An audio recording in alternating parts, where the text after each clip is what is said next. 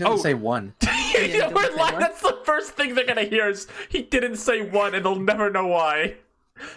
Well, that's just gonna be our sexy little secret, right? Oh my We're just not gonna God. tell them. Let's get PG. All right, shh. I'm sorry. Okay. Our saucy little secret. Okay. Shh. Oh, shh. It's about to start. I'm sorry, but I don't have my ticket. No, don't kick me out. Don't kick me out of the theater. I own you. I pay you. She didn't lose her ticket. I did. Is that true? Is anyone in here in need of a refreshment? Oh, me.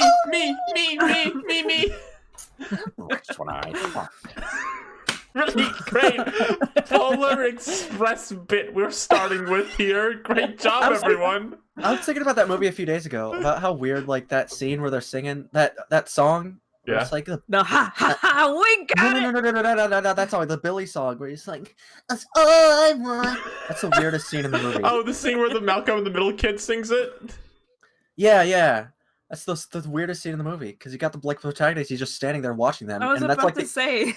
That's the only song in the movie that's like a musical song that's not like from the train or like Santa. So it's just like the characters, the kids who are like meant to be like normal kids. So it's like, are they actually singing right now, or is it like a musical thing where they're singing about their emotions? And if so, like, why is that the only time that happens in the movie? It's like weird. I don't know what to think of it. I just want to stand there just like that protagonist boy, just looking at them the whole time.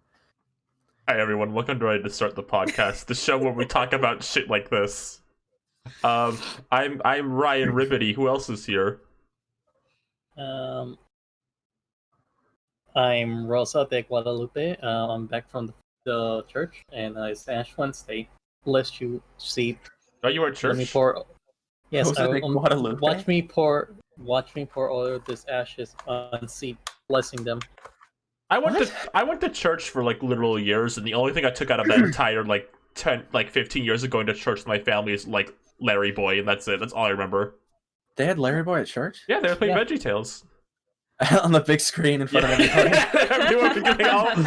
all like everyone at the church, all the adults, they would sit down like, all right, we're gonna play the Larry Boy episode. My dad said, yes. Oh, you know, it's a lit day at church when you walk in and they have the TV sitting there. But who else is here? See, you wanna? Me? Why am I next? Because we're the three regulars. We go first, and then it's the guest. There's nothing about us that's regular. Shut up. I don't even need to. You already said that I'm Steve. Like, you have my little picture, and I sound just like how I look. Are you sure? Yeah. Okay, I guess I'll go then. Yeah. My name is Lou. I did My Gym Partner's a podcast for 2 years, and now we're doing a different podcast called The Spequel, where we watch movies that have an obnoxious amounts of sequel movies. Like right now we're doing Alvin and the Chipmunks. We watched the first 3. We're on the 4th one now. Come check us out. We're probably going to do like Alpha and Omega eventually. Oh my God. That's the plan. When are you guys going to get to Norm of the North? God, how many of those are there now? There's 3, right? I think so. Yeah, that's the requirement. They have to at least have 3 movies. Wow. Jesus. Can I tell the weird little anecdote about Norm of the North before we actually start like the 100 topics we have? Yeah, Right. sure. Whenever I read Norm of the North, I have to read it in my head like how they say Craig of the Creek and the theme song. I go like Norm of the North, he's gonna save the day. Well, I there you never go. heard the Craig of the Creek theme song. You haven't? Really? No. Yeah. Get you to the back about no Wonder Walls.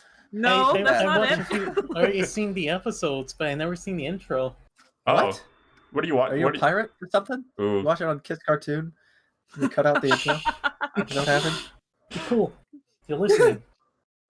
Uh-oh, Be cool. Is that JP in Rose's room with a knife? What? It's JP. Watch out. JP? Yeah, you know. Yeah.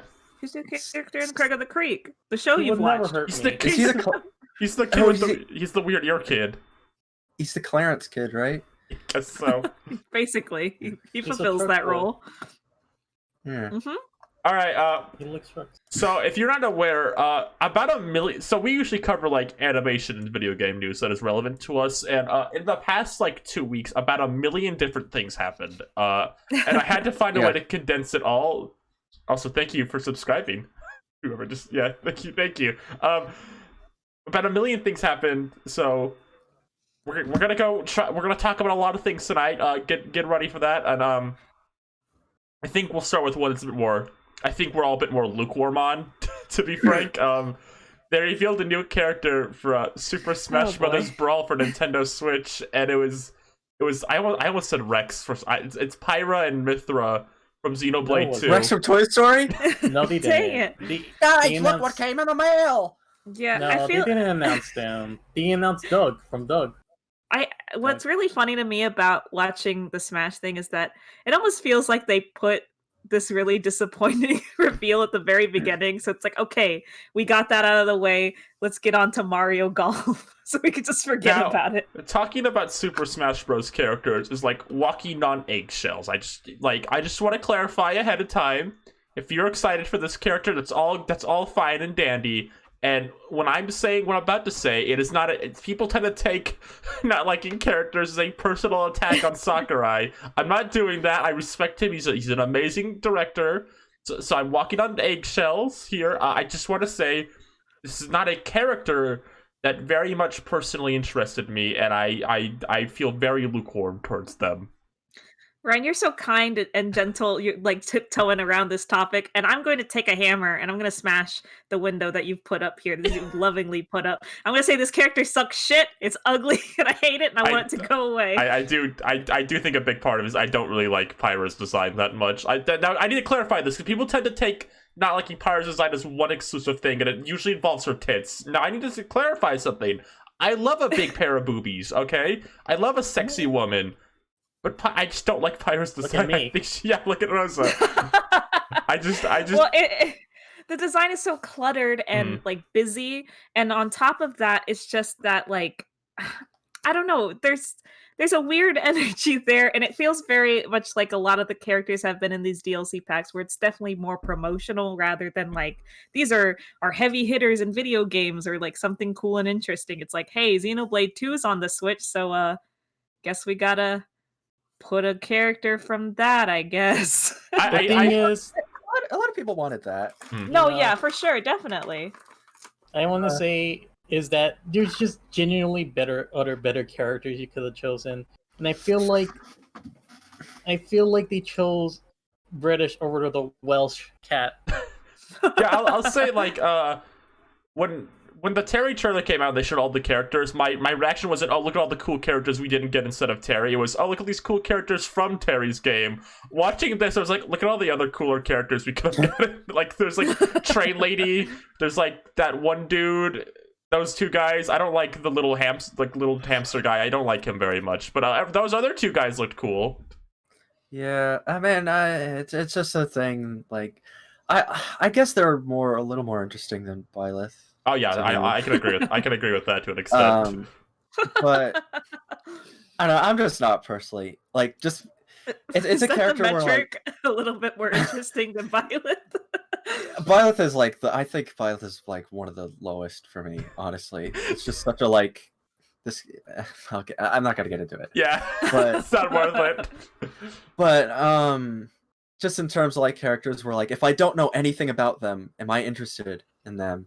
And this is like kinda, but not too much.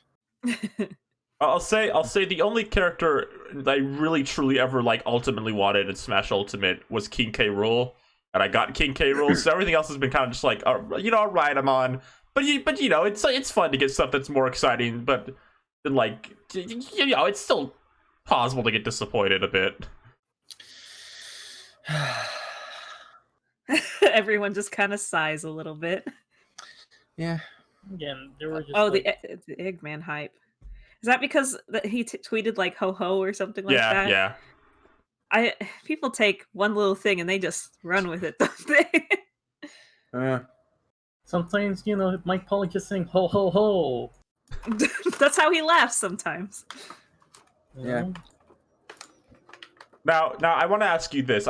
Before we go to the next topic, let's put our foot in the sand real fast. Would be Okay. Who would be like the single character that would make you the most excited to get into Smash? I know Seeps, but I want to hear your twos.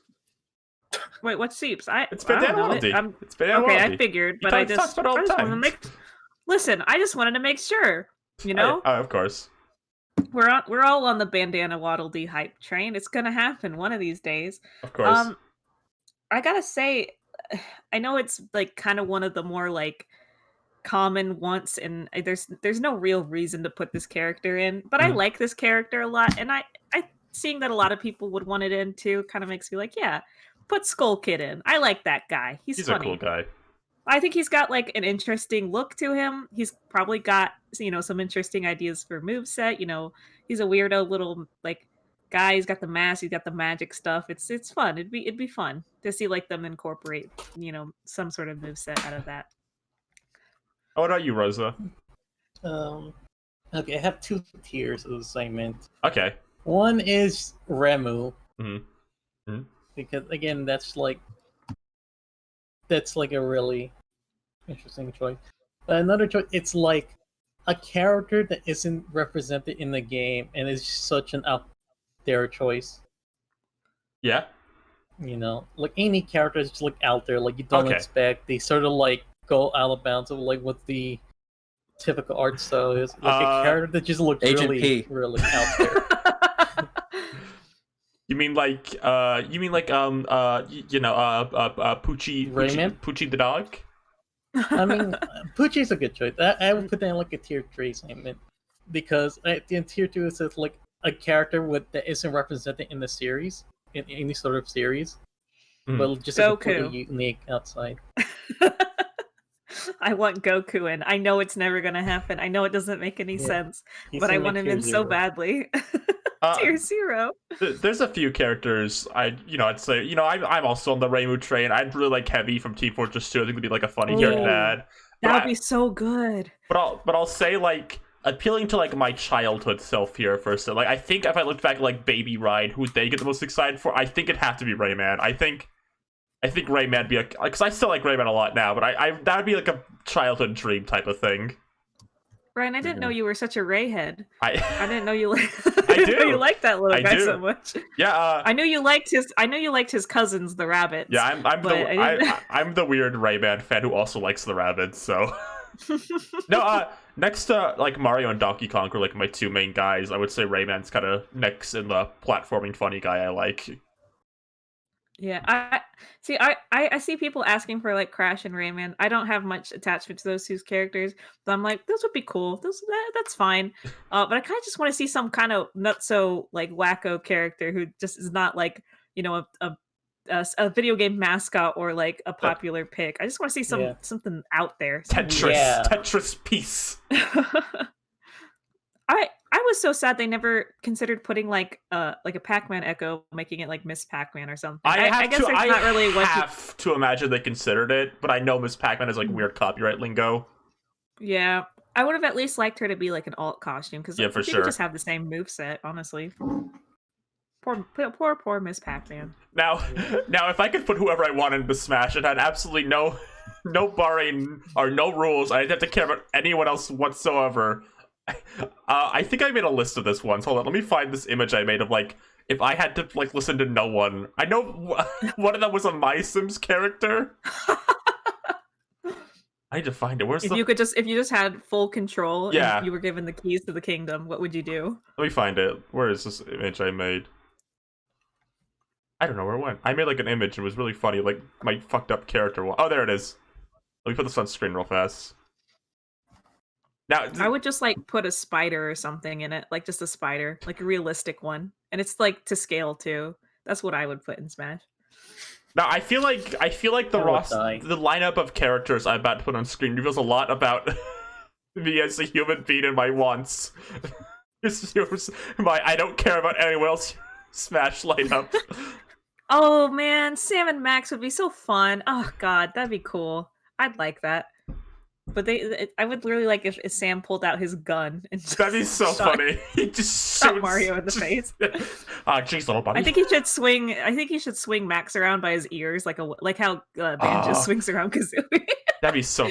That's funny because I had him that Yokai Watch character idea. Like it'd be like Jabana and he'd swing Whisper around. That'd be fun. Mhm. It's very This is a accurate. good list. What is Poochie's final smash? He gets the Poochie pups, and they all run. Aw, that's so cute. All right. Can we please talk about DC superhero girls already? I'm in agony right now. Oh, I do want to talk about that real fast. We probably don't have anything actually to say, but it's always funny. I feel like in every direct, there's like one super baby game in there. Like there was the time they showed like Disney Tsum Tsum that one time. There was the Bakugan thing with like Paper Mario. I feel like there's more examples. There's always just like that one like what's this doing here? Like game. Well, I'm assuming it's for everyone's, it's like when you have a niece who you want to introduce to gaming and you're like, God, what are little girls into? DC Supergirls, and then you get her the game and she doesn't know what it is and she just wants to play Mario. That's what that game is. There was another game I was thinking of. They like showed in the director like once like you showing this here. I do remember Disney Tsum Tsum so distinctly. Like I'm sure the people who are coming to watch for a Smash reveal are really into Disney Tsum Tsum. Well, there was also another Disney game. It was like Disney's Magical Kingdom 2 or something. I have that game now for reasons, but it was. But I remember that being shown off. It's like you play as your me essentially, and you hang around in like some faux Disney World, but it's not theme park. It's like Disney World, but if people lived there, and by people I mean Chip and Dale. And so you could go to Chip and Dale, and you could get furniture made. And it was, they like advertised the hell out of it. And then when I was trying to buy it secondhand on like eBay, it was still like full price. Like people were not like, it was not easy to find this game. People are just holding on really tightly to their copy of Disney's Magical World 2. Of course. I had one more thing to say about this and I forgot. What am I trying to say? It slipped my mind. You're trying to think of another baby game. What's I trying? I think I had something to say about like DC Supergirls and I forgot. I don't know. It's just such a funny thing. Oh no, it's I think what happened maybe with this too is in the Japan version of this direct, they showed like a Shin-chan game, and I wonder if this was our American equivalent to that. Oh yeah, I saw like tweets about that, like people showing it off and like, oh look at this, and I'm like, I didn't see this in the direct. Okay, well that makes sense. Mm. The Shin-chan game does look very cute, though. Yeah, it's interesting art style. All right, next on things from the direct we probably want to talk about. They showed a new Mario Golf, and let me tell you, gameplay, it doesn't matter. It doesn't matter. The thing that matters to me most here is they gave Wario a little cowboy outfit. They put a cowboy hat on that man. Wario looks like he's gonna help pay for my car repairs by having me work at a friendly restaurant with animatronics. Wario looks like he's gonna shut down the Muppet Theater. We gotta stop him. I'm Texas man. God. And yes, I am very excited. They finally gave Daisy that fucking tan again. I'm glad Mario Golf of all things. Like, you know what? It's time. Yeah, it's time. No, she looks great. Everyone looks great in their little outfits. I just love seeing the Mario characters dressed up in something that's not their usual attire. And I like that there's a story mode and some like fun extra modes. I honestly feel like this is a step up from some of their latest sport games. I feel this is in the right direction. Camelot is really good lately. They're the ones who do like tennis and golf. They're really good at like they're really, really good at like getting game, like Mario Tennis Aces' gameplay is like sublime. That gameplay problem was just like a lack of content, but like the gameplay of it is like sublime, and it looks like they're doing like that kind of thing again here. Like I feel like they've really thought about like golf gameplay with speed golf and like how to make it a bit more interesting and competitive. What are they? You can like tackle people or something? Yeah, you can like run and tackle people in between like hitting the ball. It's very funny. Speed golf. Yeah, golf with violence. And I am also a huge fan of when the Mario characters dress up. I'm glad Wario's wearing a cowboy outfit. I'm glad Waluigi's like just like a Once-ler type character. I love Toad's little outfit. That being said, I think it's really funny. They allow Bowser to wear outfits now. He's allowed to wear like clothes, but Donkey and Yoshi are still banned from it. It's because he has a son. I have this theory I presented to Ryan. Oh yeah. I showed her two different pictures of Goofy. One where Goofy has Max, and the one where Goofy is without Max. And the one Goofy that is without Max has no pants on. What does this mean? No. You have to have like some sort of kid to take care of. To be able to wear clothes. Okay. Yeah. Shows you're responsible. So you take care of your kid. If you wear pants, good news, everybody. I do like the story mode setup a bit more this time than Ace's. I like the idea of like having a Mii character you kind of grow in, because that's what the 3DS version did too. You kind of played as a Mii, and you kind of like upgrade yourself, and like I think that's a fun thing to do. Yeah, I never played the older Mario Golf games. My Mario sports game was Mario Power Tennis. I loved the shit out of that game. I played that game to death, and I liked Aces. I never bought the game. I played the demo, but I was just like, man, this just isn't getting me there. I need something more, and I think Mario Golf, this new one, it's gonna be the one for me. It's gonna be my new Mario sports game. I also want to bring up the fact they didn't show this character during the direct. They only showed like a select handful of characters, but the official website just kind of like casually drops that King Bob is playable in this. Yeah, and I think that that's kicks my ass. guy. I think that kicks ass. I like him a lot. I liked that he was in Super Mario Party, even though he just stood there in the middle of a board. But I like seeing him. I would love to play as him, as playing golf. That'd be super awesome. Two kings. I do wonder if they're starting with King Bob. I wonder if this one's gonna have some funny characters in it too. King Boo. Let's put King Boo in there.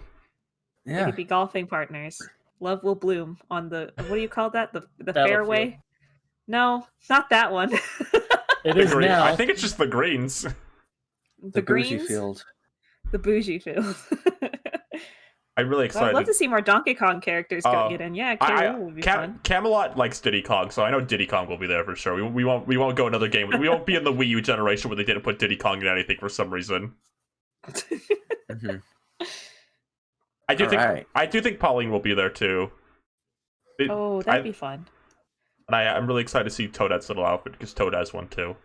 Oh, I hope she gets boy. like a gay little bow tie. Oh. Ooh, isn't that cute? One more minor thing is so Daisy wears like a skirt in most screenshots you see up closer, but there's like one shot where she's wearing shorts, so there might be a chance you could like change the outfit slightly. That'd be fun. I would like to dress up Mario, make him look all dapper. Yeah.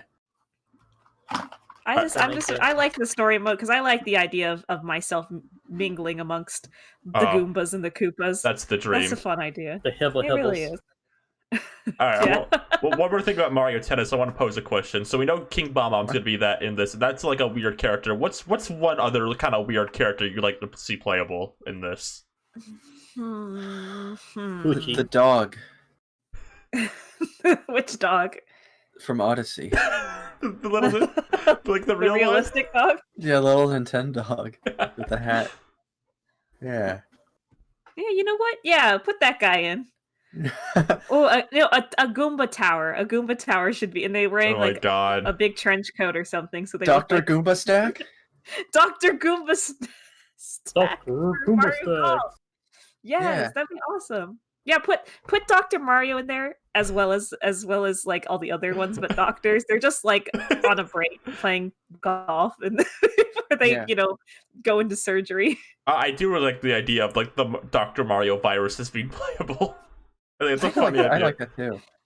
I was gonna say Helen Gravely because I think it'd be fun to see her play golf.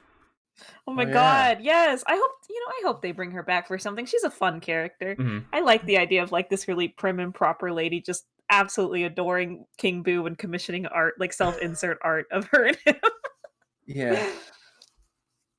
Okay, was there any other big game in that direct, or did we just move on to Splatoon 3 already? I mean, I don't know how much y'all three care about Skyward Sword HD port, but I got some opinions. You could say some things, yeah. Yeah. Okay. I think back in the day, Skyward Sword got a really bad reputation for its like really weird. I don't remember if it was like an E3 presentation where Oh like yeah. Miyamoto was like struggling with the motion controls or something like that. I don't remember. Or just like he was just doing it normal, and people were like, "Oh wow, this is gonna suck." Not a lot of people played it, and then the people who did, they like would either experience problems with the motion control, or it's a very as opposed to like a lot of the other Zelda games, a lot more linear, which is saying something considering the Zelda games are pretty linear. But you had to like basically, it wasn't like a big world you can explore. You have to, drop down to like specific locations, and Yeah. then you could explore it like in that area, like like almost like a level select kind of thing. But I think that with the motion control situation kind of taken care of, people will go back on this game and like play it and realize that, hey, there's actually some pretty cool ideas in here if you give it a chance. Like Yeah. there's this really cool like area, I think it's like kind of towards the middle of the game where it's like a desert area, and there's all these broken down robots, and you're like, okay, what happened here? There obviously used to be some sort of, a robot civilization, and you Mm. find these little things that let you see what the place looked like in the past, but Oh only yeah. in like within a certain area. It's Yeah. really cool. And it's so cool. You get to a point where you're like on a boat, and the boat is like stuck in some sand, and you're like, okay, what's this? You turn on the little time thing, and all of a And sudden then around you it's water. an ocean. Yeah, and it's like, oh, this desert used to be an ocean, and you can like basically ride your boat through a desert where there's just like a little water, and you find like a pirate ship, and it's just cool. Like there's a lot of really, really cool stuff in here. And there's definitely, like they said in the direct, like little blueprint stuff that like led to some of the design choices in Breath of the Wild. Yeah. Like the stamina kind of sucks in Skyward Sword. It's like really, Yeah. really bad. But they, improved upon it in Breath of the Wild. There's like crafting stuff in Skyward Sword that's kind of annoying because a lot of the stuff is kind of weird and hard to get, but they improved it in Breath of the Wild. So you can kind of see the stepping stones and kind of appreciate it for that. I do think it's stupid how much they're charging $60 Oh for yeah, it, which is that's the biggest thing. ridiculous. Like the fact, like, it's one thing with the Wii U games. Like, I would also say most Wii U games aren't worth 60, but like at least they're semi-recent. This is a 10-year-old game. This is a Wii game. Like Yeah. this game was selling for like $50 at some point. You like, can on the Wii. you can get it for $20 on the Wii U eShop right now. Yeah, just like it's just it's this the like disappointing business thing. I mean I don't have any hope that they're going to reduce the price. I do hope that people play it and stop being so hard on it, because there's a lot of really, really cool stuff in it that you can at least appreciate. Maybe if like a streamer plays it and people can actually like see how it is, and now that they don't have to motion control the beetle through like a tiny little crack in the God. wall, which was in Yeah. my opinion the most infuriating thing. It's my favorite Smash Bros item. God, There's a lot of Skyward Sword items in Smash Bros, isn't there? Oh well, yeah, because it was like the air big deal. it was the big like Zelda game at Yeah. the time, and they didn't really have another one until Breath of the Wild reared its head around. I mean, you can kind of consider the little 3DS games ones, but they weren't quite big enough. I'll say this about Skyward Sword. It was a little funny to me. He felt like he was kind of begging you to give it a chance. He's like, guys, no. Like, so many things from Breath of the Wild are in this one. Guys, come on. You gotta check it out. Please, guys. It's really good. Guys, come on. Come You don't on, even gotta waggle this time. Got rid of it. Don't worry. No. you don't have to. Which I know people found a lot of issues with the motion controls, and I honestly do not blame them. But I never had much issues with the motion controls. I rarely do myself. too. I'm usually fine with motion controls. I had no issue with it playing it. I played it. I've completed that game multiple times over. It worked fine for me. But I am excited that I will never have to do it again that way. But yeah, that's all I gotta say. I did forget one more thing before we get to Splatoon, and it's not a big thing, but they did reveal a Miitopia Switch port. One, it should not be full price. It's dumb. But I will say, this game is total stream bait. And I am going to absolutely probably end up streaming it. I would love to see you play it. All right, Gwen is begging me to talk about the fucking dodgeball game. Okay. There's nothing. It's just a Steve, you made a tweet about like the trailer, and I want you to elaborate on why you think it's so bad.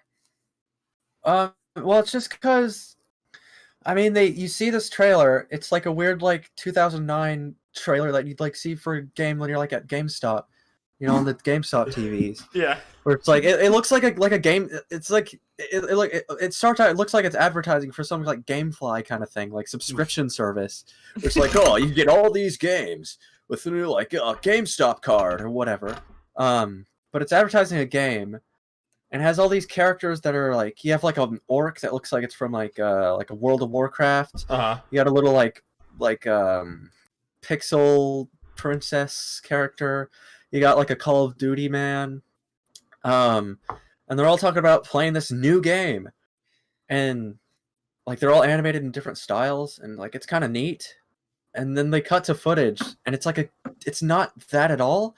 Like there's no genre crossover aspect of the actual game whatsoever, and it's just like really. When that trailer ended, I was just like, "What was that?" God, we were all like, we were in a call when that happened. I remember we were all just kind of like, "What?" Well, we were very confused because it was just like, oh, it's a dodgeball battle royale. Huh. It goes on for a long time too, like the first part. Yeah. Yeah, it starts out, it takes like a minute to get to the actual gameplay. So it's like it's really confusing. They show more of that, like they show more of what the game isn't at all than they do like the actual gameplay. I think it's weird. I think it says so much. I've seen like 5 times the amount of like just images like that pixel girl than anything of the actual game on like Twitter. Yeah. I don't remember who it was, EA, Activision, whatever, somebody who had like a trailer that was like a bunch of like rabbits or something, bunnies. It was like really cartoony and stylized. Oh god, it was like yeah. And they're like, isn't that stupid? Here's the actual game. It's like Call of Duty, essentially. Now, I want to say that it's like the same trailer as the Simpsons movie trailer, where like they show the cute little rabbit, and then it falls down, and Mo goes, "The Simpsons movie in 2D." Talk about this trailer so much. I love it. I love the image of Mo and like the Simpsons, like he's the cute little Simpson mascot character. Yeah, I mean, it's the game itself. I mean, it looks neat, but like it was such a bad trailer. It didn't sell me on it at all. It made me want something that wasn't the game that they were selling. Totally. Like a genre clashing kind of game. Yeah, not even to say like the game itself looks bad. It's just that it's just weird. You're just giving me 2 different things. I'm gravitating towards a thing that doesn't exist. Mm-hmm. I've seen. Yeah, I was about to say I've seen multiple people compare it to Ninjala, and you know how I feel about that one. It's not very good. All right, talk about Splatoon 3. All right. Right. That was probably. I want to say that was probably the biggest thing here for sure. Oh yeah. I mean, that's why they ended the trailer with it. Yeah. Oh wait, hold on. Pause real quick. I forgot. How much do y'all care about No More Heroes 3? Not really. Okay. Have some interest. I will just say it looks sick as hell. That's all I gotta say. Okay, back to Splatoon. I want to say one thing. Yeah. Okay. His brother is living. They really just made his twin brother, look divorced. The most divorced man ever. They put him in like a black trench coat or something. He just looks sad.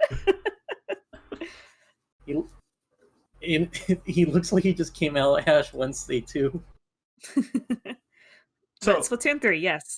So when the Splatoon 3 trailer started, I thought it was a Smash trailer for some reason, because something about the way the sand was rendered and the way like the camera was angled, like this is like the part where like Fox McCloud comes over the cliff as the trailer starts. And then I saw the Pokemon, like the train, like, oh, this could be some serious boring game I don't care about. Whatever. What a way to end. And then I saw the fucking inkling, I'm like, oh, okay.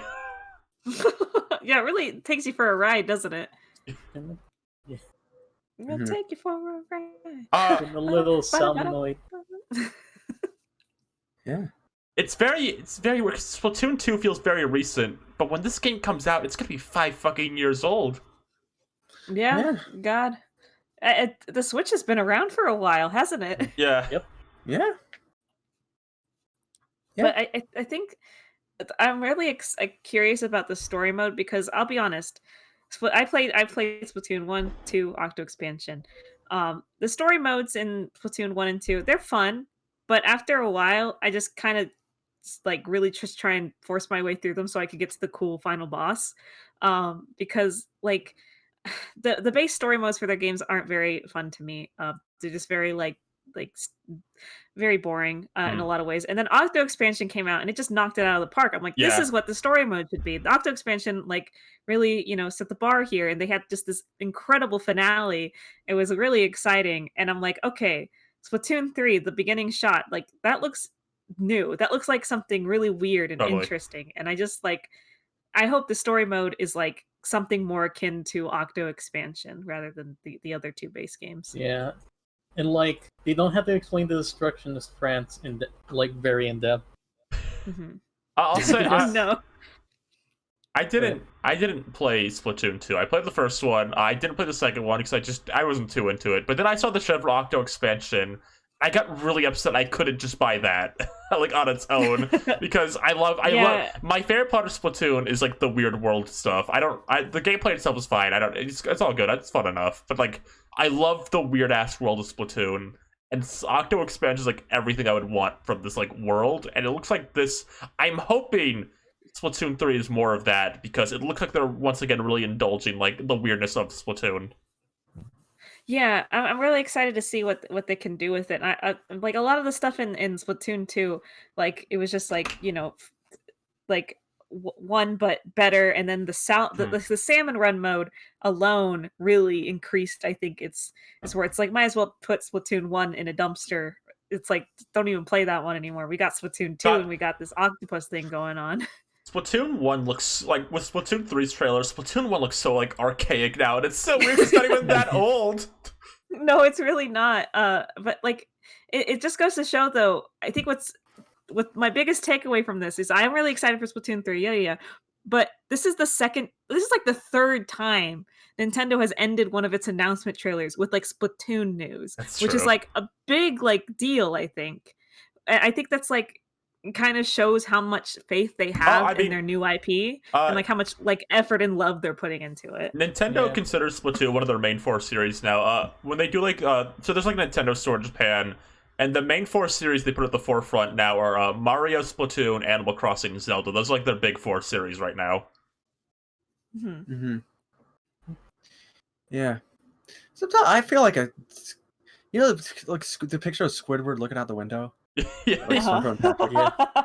That's how I feel about Splatoon a lot. That's fair. I have this like I don't know what this is. It's like a psychological disease or something I have, where if I play like specifically like single player Splatoon stuff, for like more than 20 minutes, I feel like I want to throw up, and I don't know what it is. And it happened in the first one on the Wii U.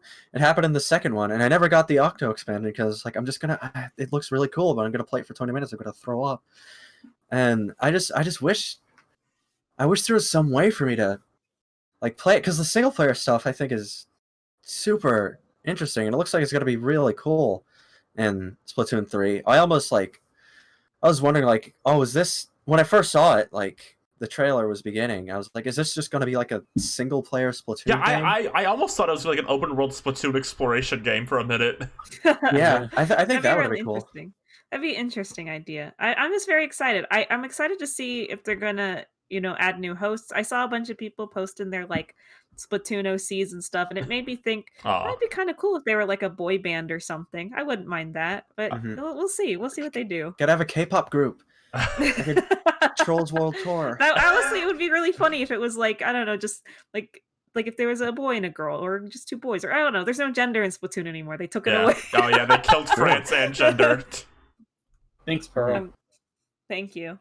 I will say, speaking of Pearl, I've said this before, I don't think they will, but I really hope they don't like they split up plot again. Like they don't do that again.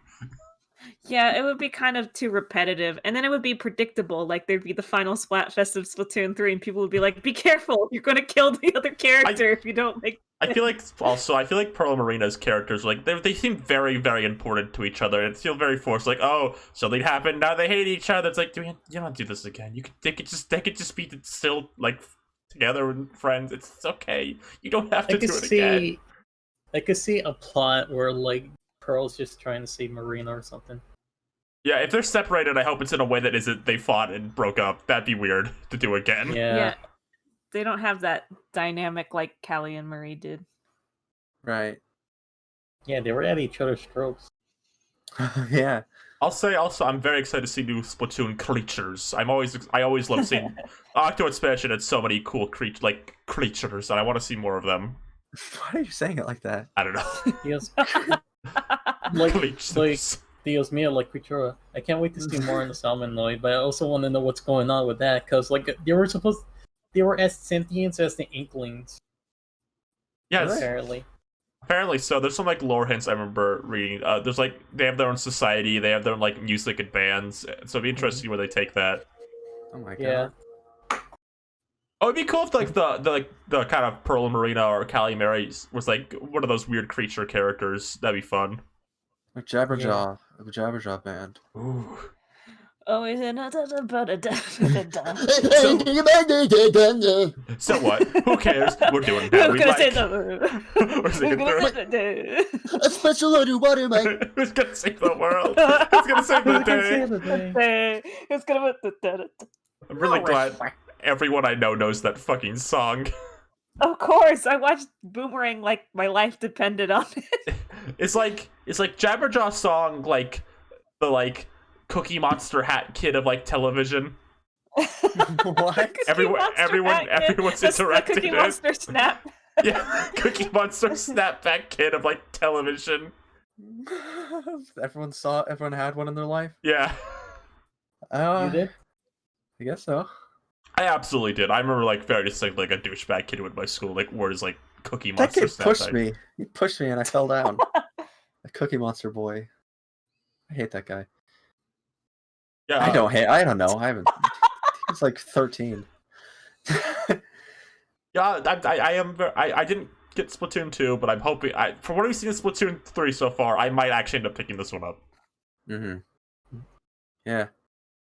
I'll need to get injected. I'll need to like fix my brain or something. I don't know what it is. Yeah, I feel like you'd like it if you were able to get it, because it feels very like Kirby and Adventure Time adjacent in a lot of ways. Yeah, I love like the world building stuff and like the scrolls. Yeah.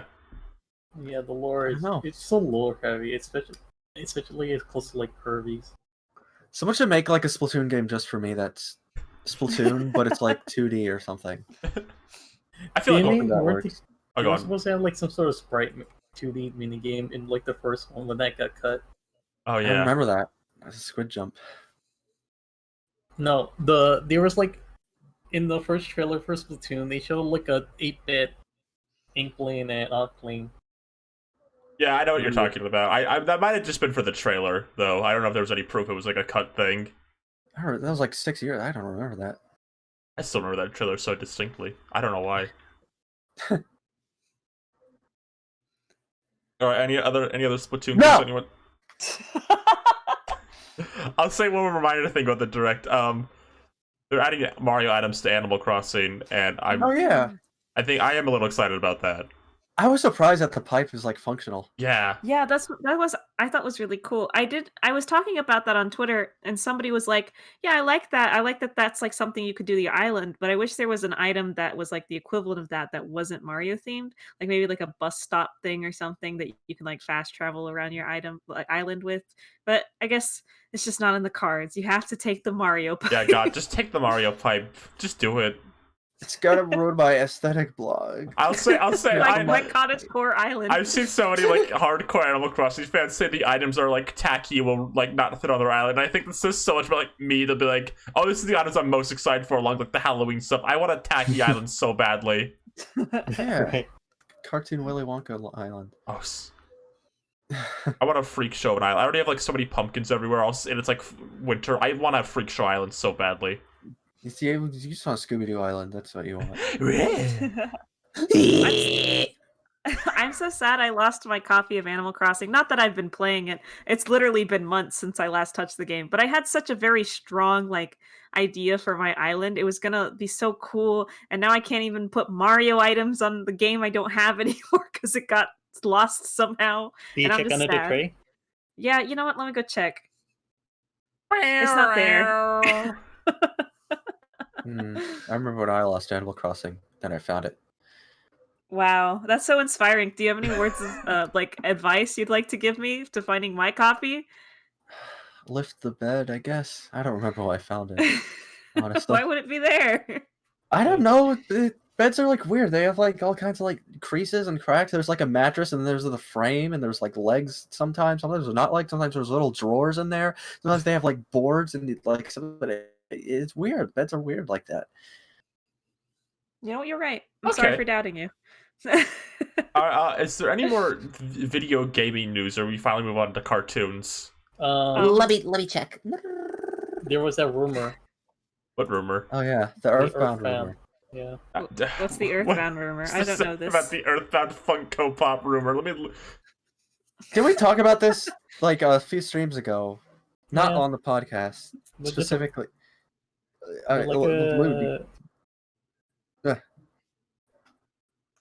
Where did you find like this Earthbound Funko Pop thing? Okay, wait, hold on. I found it. All right, let me just make sure this is recent. Like you weren't actually released like 4 years ago. This was Rosa. I want you to know. Actually, I just checked the source. This is a story from 3 years ago. Oh wow.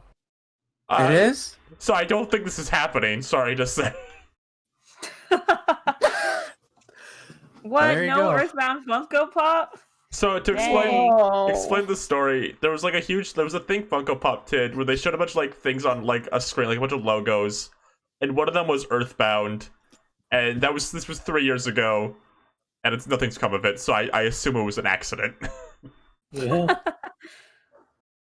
Why did we have 3 years ago news? How did you I don't find know. that?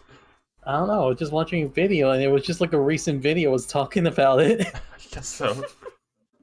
Earthbound fans of the Funko Pop men of Nintendo?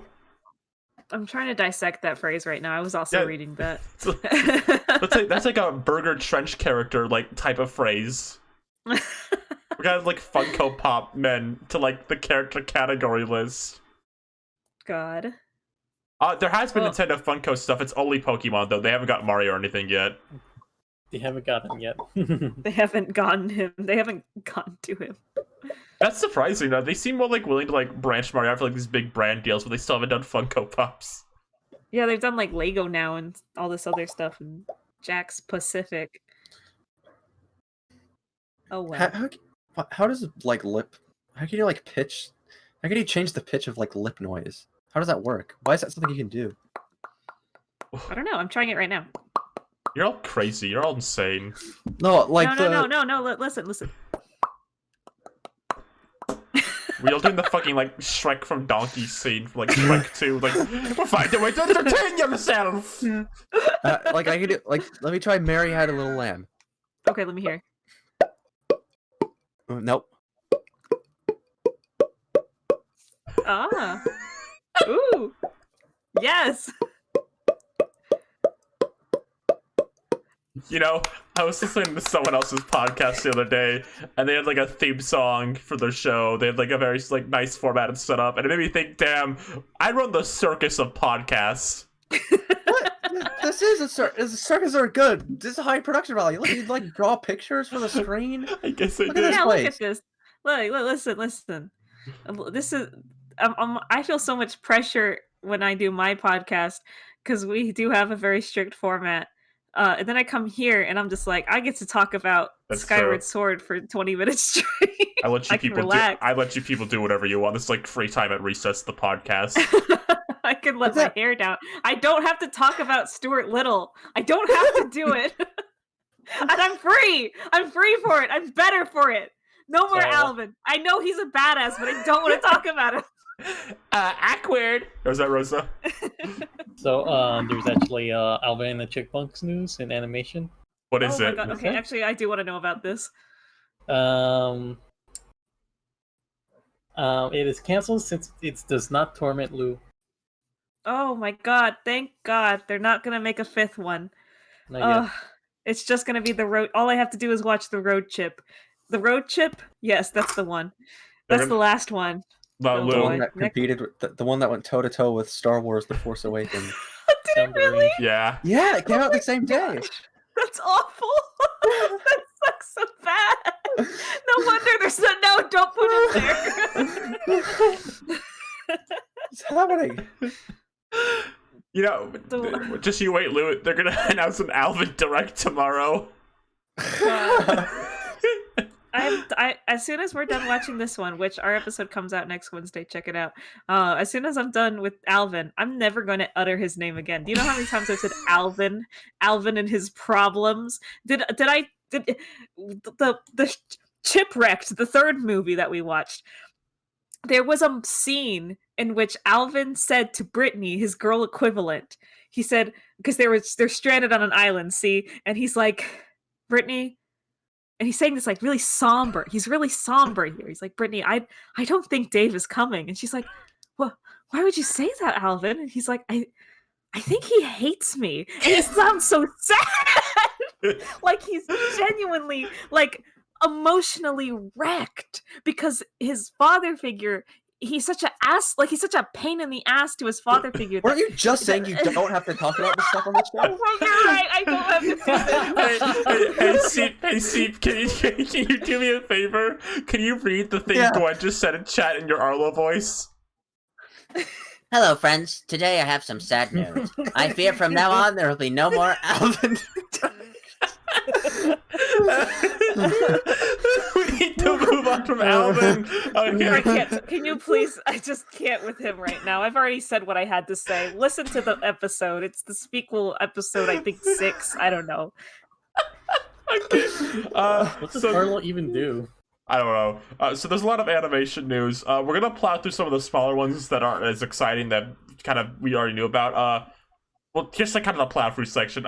First, they announced a Total Drama Island reboot. This is why they took down Total Drama Reunited. Remember that? Yeah. I talked about that last time. So there was like a fan project, and like they made somebody did like this whole like 22-minute like revival series thing, and they took it down, and then they announced this like a few days later. Really? Wow. Yeah. That sucks. Yeah. Poor Anyway. Total Drama Island fans. I mean, what do you think? Is this to be Total Drama Rama is canceled? Yeah, I was gonna ask, how do you think Total Drama Rama will like tie into this? That show must be like, I haven't watched cable TV in a while, but I remember when I did not too long ago, that like Total Drama Rama was one of their heavy hitters. Is it still doing numbers? Like, do kids watch that? Probably. Do they like it? I mean, they probably won't cancel it. It'll be another Teen Titans SpongeBob for them. I've not seen it in their like marketing or anything in a while. Rosa, I gotta ask. Are you a big Total Drama Rama fan? You know, like the plots haven't been that good. You know, the Jude arc hasn't been doing too well. What arc? The Jude arc. The Jude? Yeah, the from Jude 16. Oh my god. 16 at the mall. Gonna go to the mall today. Except now 'cause he's you're just 6. 6 years old. Gonna go to the nursery. Gonna poop in my diaper. He's like Gotta 6. What is he good doing times pooping last. still? Clone High got approved for HBO Max. Yeah, I was gonna say. Like 2 seasons or so. How many seasons did they say? I don't know. I think it was a pickup for 2.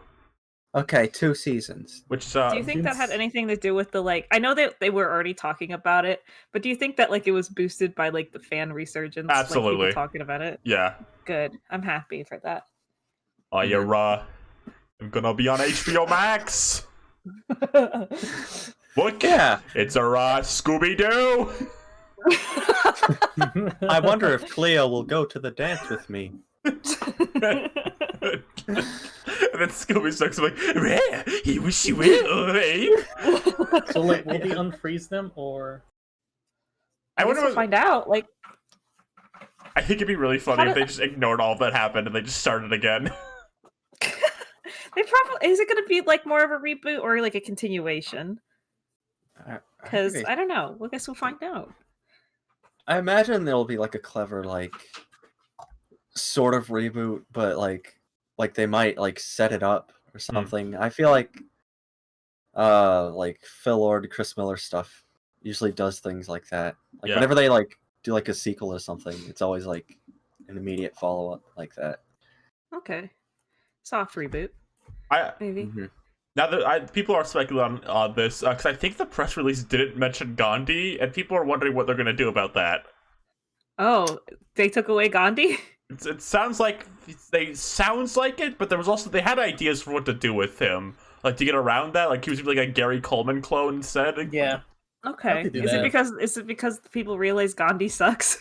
No, Or is there- there? No. it was. You can say it right. I think Yeah, it's that was because Gary. people who were like Gandhi followers were like really offended. And, like that's what got the show Okay. canceled. Yeah. Really? it- That's what got the there- show canceled? in India, Yeah. like there was like there's some building I think in India, like an MTV building, and people went on a hunger strike because they didn't like how Gandhi was portrayed. So I think that's what Fair got enough. the show canceled. Yeah, That sucks. Yeah. Wow. There's So some- I don't know. I don't know if they might They be go- afraid of that. I think HBO Max is like don't screw this up. Please. that's gonna be a character like that's weird to remove because he is a character like has a lot of energy to the show. There would be something gone if you removed him. Yeah. Yeah. I mean, we'll see. I Yeah. hope they don't remove Jesus. Yeah. They're gonna add. Yeah, it didn't fully kill the show, Oh, but yeah. like it wasn't good. It wasn't good enough. It wasn't like worth like saving. Really, sure, They just said, yeah. just let it go. They're gonna add the Paul Revere from that one episode where he sings about Gandhi having ADD to the main cast. Yeah. Oh god. What else? Well, I know you're all excited about this. You're all super Yes. excited about this next news topic. Who's Yes. hyped for the live-action Powerpuff Girls CW show where Boo. they're bitter adults now? Boo. Boo. Boo. Why? Boo. Every Someone made a time. joke Wait, about that. how'd the joke go? You know, like it was the animated parody of that, and then they're like Oh doing it yeah. anyway. Yeah. do This you- is good. Do you think Craig McCracken just wakes up every morning, checks Twitter, and sees how they're butchering his baby yet again, and he just stares at the screen for a few seconds? Then he goes back to thinking about Kid Cosmic, and he's like, "Oh, I'm in a better place now. I'm in a better place now." Yeah. Yeah. Yeah. I'll say this: It- I think it's just with Powerpuff Girls. It's just kind of weird how they market it because it is very marketable, but it is just weird. Like this is like some guy's like idea he had. Like they didn't want it to be like a Yeah. big thing, and it's very weird to me to see it be at that because it was never supposed to be that. And it makes me, No. yeah. Whenever they do anything with Powerpuff Girls now, it just feels very weird. Well, even in its original run, like the later seasons or episodes, like the last season, kind of sucked. Mhm. Like they were like running out of ideas, and it was like but it was a cash cow. It was making the big bucks. They were making oodles and oodles of dollars on those plushes and merchandise and toys. And then I was thinking, like, I remember how unpopular the reboot was, and everyone made fun of it, and there was endless fucking YouTube critical essays about it. They still made like a shit ton of episodes of the reboot. Yeah. Like a shit ton. Like there's a lot of that show. You would be surprised. Go look it up right now. You'll shit yourself. You'll be like, they made that many episodes of this shit? And they did, because it sells. Because people will pay to see the Powerpuff Girls whether you like it or not. It's like an undercover like merch franchise. Pretty Yeah. much. Yeah. Yeah. My main thing is Yeah. I just feel very weird seeing this like creator-driven show kind of become this. I get why it is though. Yeah, I was thinking about this. It must be it's supposed to be really weird. I almost can't even imagine. Like, it's something that like he's not involved in. Craig McCracken's not involved with it whatsoever. But like he made it, and he's still in the animation industry. But that's like something that he can't do anything about. Really? Has he ever like commented on like any of this stuff before? I feel like he doesn't. I mean, probably in private, but I wonder if he's just not even allowed to. Yeah, I think he said some basic things about the reboot that are just like, well, it's people working on it, they're doing their best or whatever. Just some very basic like, Yeah. I don't want to get blacklisted. I'm sure he also has a very like, I mean, I don't know, but I bet if I were him, I'm very much like, I don't want to talk about it. Like it's Yeah. there. I'm trying to do other stuff. Like he was doing Wander, Right. he did Yeah. Roster, he's trying to move on. He's trying to do other stuff. He can't Yeah. always be reminded of his baby that's being murdered in front of him. I think his legacy has gone much beyond Powerpuff Girls, even if that's still the For biggest sure. thing he made. Oh yeah. It is. Even for a bit, Oh, go on. even for a bit, they ended up associating his legacy with Lauren Foss because of bronies. Sure. That's right. He's technically involved in that too. I'll just say this too. Powerpuff Girls is a weird thing to do this with because it was already a superhero parody. Like, why are you doing Yeah. this? It's strange. I always think about the Powerpuff Girls Z, like the anime, and I was like, this is fun. This is like taking Powerpuff Girls but making it, like a magical girl anime essentially. And I think it's fun. It's cute. It's got some really fun ideas in it. It's like that's acceptable amounts of like changing it up. I don't know what they're trying to do, making it like gritty and like the live action stuff always bothers me. That's to me that's very transparent for like they want to make a really cheap thing like live action, make it like the Winx Club live action stuff. Yeah. Like, really cheapen the effects and like it's not going to be colorful or vibrant or interesting, but people are going to see it anyway because either one, they're like, normies and they're like, oh, Powerpuff Girls, or they're going to be people who are going to like hate watch it but then unintentionally give it attention and money. I can't wait for the professor to be like a horrible, awful parent now. It's gonna be so awesome. Wow. He's gonna be like, dead. He's gonna be dead. Blossom. We gotta go to the dimension, the bowl dimension. Now, Are you doing a Rick and Morty right now? No, I'm not. No way. Do you think they'll even bother trying to like make a Mojo Jojo? Just be like, don't put him in. Just say he died off screen. Just make the main like person like more bucks or like the Gang Green gig so we can make easily. Hold on. Don't Well, bother. they're gonna do Mojo Jojo, but he's going to be like a more realistic like monkey, and he's gonna just like growl and be like scary looking, and he's not gonna like talk or anything. You don't think he's going to talk? I think he's. I don't know. He's gonna go to talk like. He's gonna be like a CGI like gorilla. Yeah, exactly. Like that. I have no. Yeah, son. the Super Smash Bros. Version of Mojo Jojo. Yeah. That's good. I think they're gonna make what's her name? Seductress. She's gonna be a main character now because she could be like edgy. Oh yeah, Yeah. they can really sex her up. They could make her look ridiculous. Oh, they could bring back Nurse Bellum after she got. She's gonna have sex with the mayor, and it's gonna be so badass. Oh my god! Oh, the mayor's dead. He's like old. Trump voter Fuzzy Lumpkins. No, no, it's both of you to assume Fuzzy Lumpkins will even be in this. His name's too silly. You know what? You know what I hope they do. Actually, I hope the mayor is there and he's played by a live action Tom Kenny. That'd be funny. God. No, they're gonna have Fuzzy Lumpkin, but they're gonna have his son. What's it? Yeah, give us a name for that. I don't know. Handsome Lumpkins. Oh yeah, he's doing like a handsome boy and he's like pink hair. That's how you know he's Fuzzy Lumpkin's son. He's gonna like date Bubbles or something. Oh my god. They'll like gay bait Buttercup and then she'll get together with the dude in anyway. All right. The Rowdy Rough Boys. We haven't even considered them. They're definitely going to be in it. I don't want to fucking think about it. There's so much stuff on Powerpuff Girls that the more I think about this, the weirder it is. The Amoeba Boys. I hope they're not going to make an appearance, but I hope they do. They're the funniest characters in Powerpuff There's Girls. so much stuff. There's so much stuff in Powerpuff Girls where like I'm thinking about it, and it's like they're not gonna do that for like this kind of show. Right? Yeah. Well, they hardly did it in the reboot. I don't think they used much of the like older, weirder stuff. They had like very like Saturday morning cartoon drama. Yeah, I think the only villain from the original one that really like kept coming back was like Mojo and Princess Morbucks. Everyone else kind of got sidelined, I'm pretty sure. Mm-hmm. Sad. Now, would the gorillas be in this? I hope they are. they're still gonna be animated though. Like they're gonna like sit next to like live action like Buttercup and be like, "Oh yeah, it's me, Tony." Mm-hmm. All right, and then the last thing, we didn't really plow through these. We kind of are. Last thing we kind of plow through is they announced the Velma show, which is her epic witness the origin story. Witness discover the epic origin story of the greatest team in history. What is Velma? Mystery. The brains? Yeah. What is she again? Yeah, he's the brain. And Daphne's the empath, right? Yeah. Of course. Okay, just making sure I have this, This is such a weird premise, specifically a Velma origin story. Like, are the other Scoobies gonna be in there?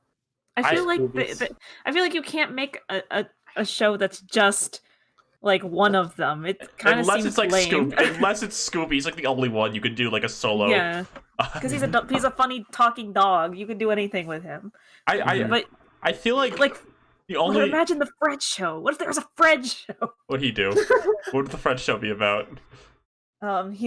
What's his new thing that he likes to do? He set traps. Yeah. That would be it. He would it would reveal his origin stories. No. I got it. Okay. Fred will go to Velma's, like the Velma's like mystery machine, and it'll say, "Fred, do not push this button." And then Fred opens the button. Planet Fred. Oh, then he meets like a slug Shaggy. Oh wait, the Velma show's animated? Yeah. Is Oh, I didn't know that. Well, that makes me slightly interested in it then. yeah. I I think still don't know what it's gonna be. I think the big thing is if they're doing an adult Velma show, like, are they gonna be like bold enough to make her gay in this? Like, that's what I care about. No, Maybe. they're cowards.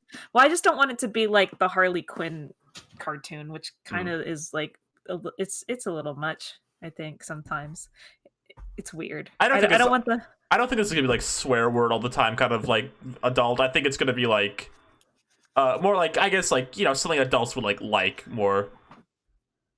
Okay. The press release mentioned exploring her sexuality. Okay, well that's cool. I hope they aren't weird about it and it's like cool and awesome. Me too. I also All I can think hope is so. it's like Riverdale. That's the only thing I can think right now. No, you don't even have you even taken a peek behind that curtain? It's wild what goes on in that show. They're doing like murder mysteries and like time skips. Well, yeah, I know, but like, that's why I'm saying, like a weird, like, I don't know. I guess with Scooby Doo, I think of like more tame stuff. Mm-hmm. You know, like a crazy ghost. Like Scooby surfboarding on the control machine and that Scooby Dooby Doo, where are you? Place. Scooby.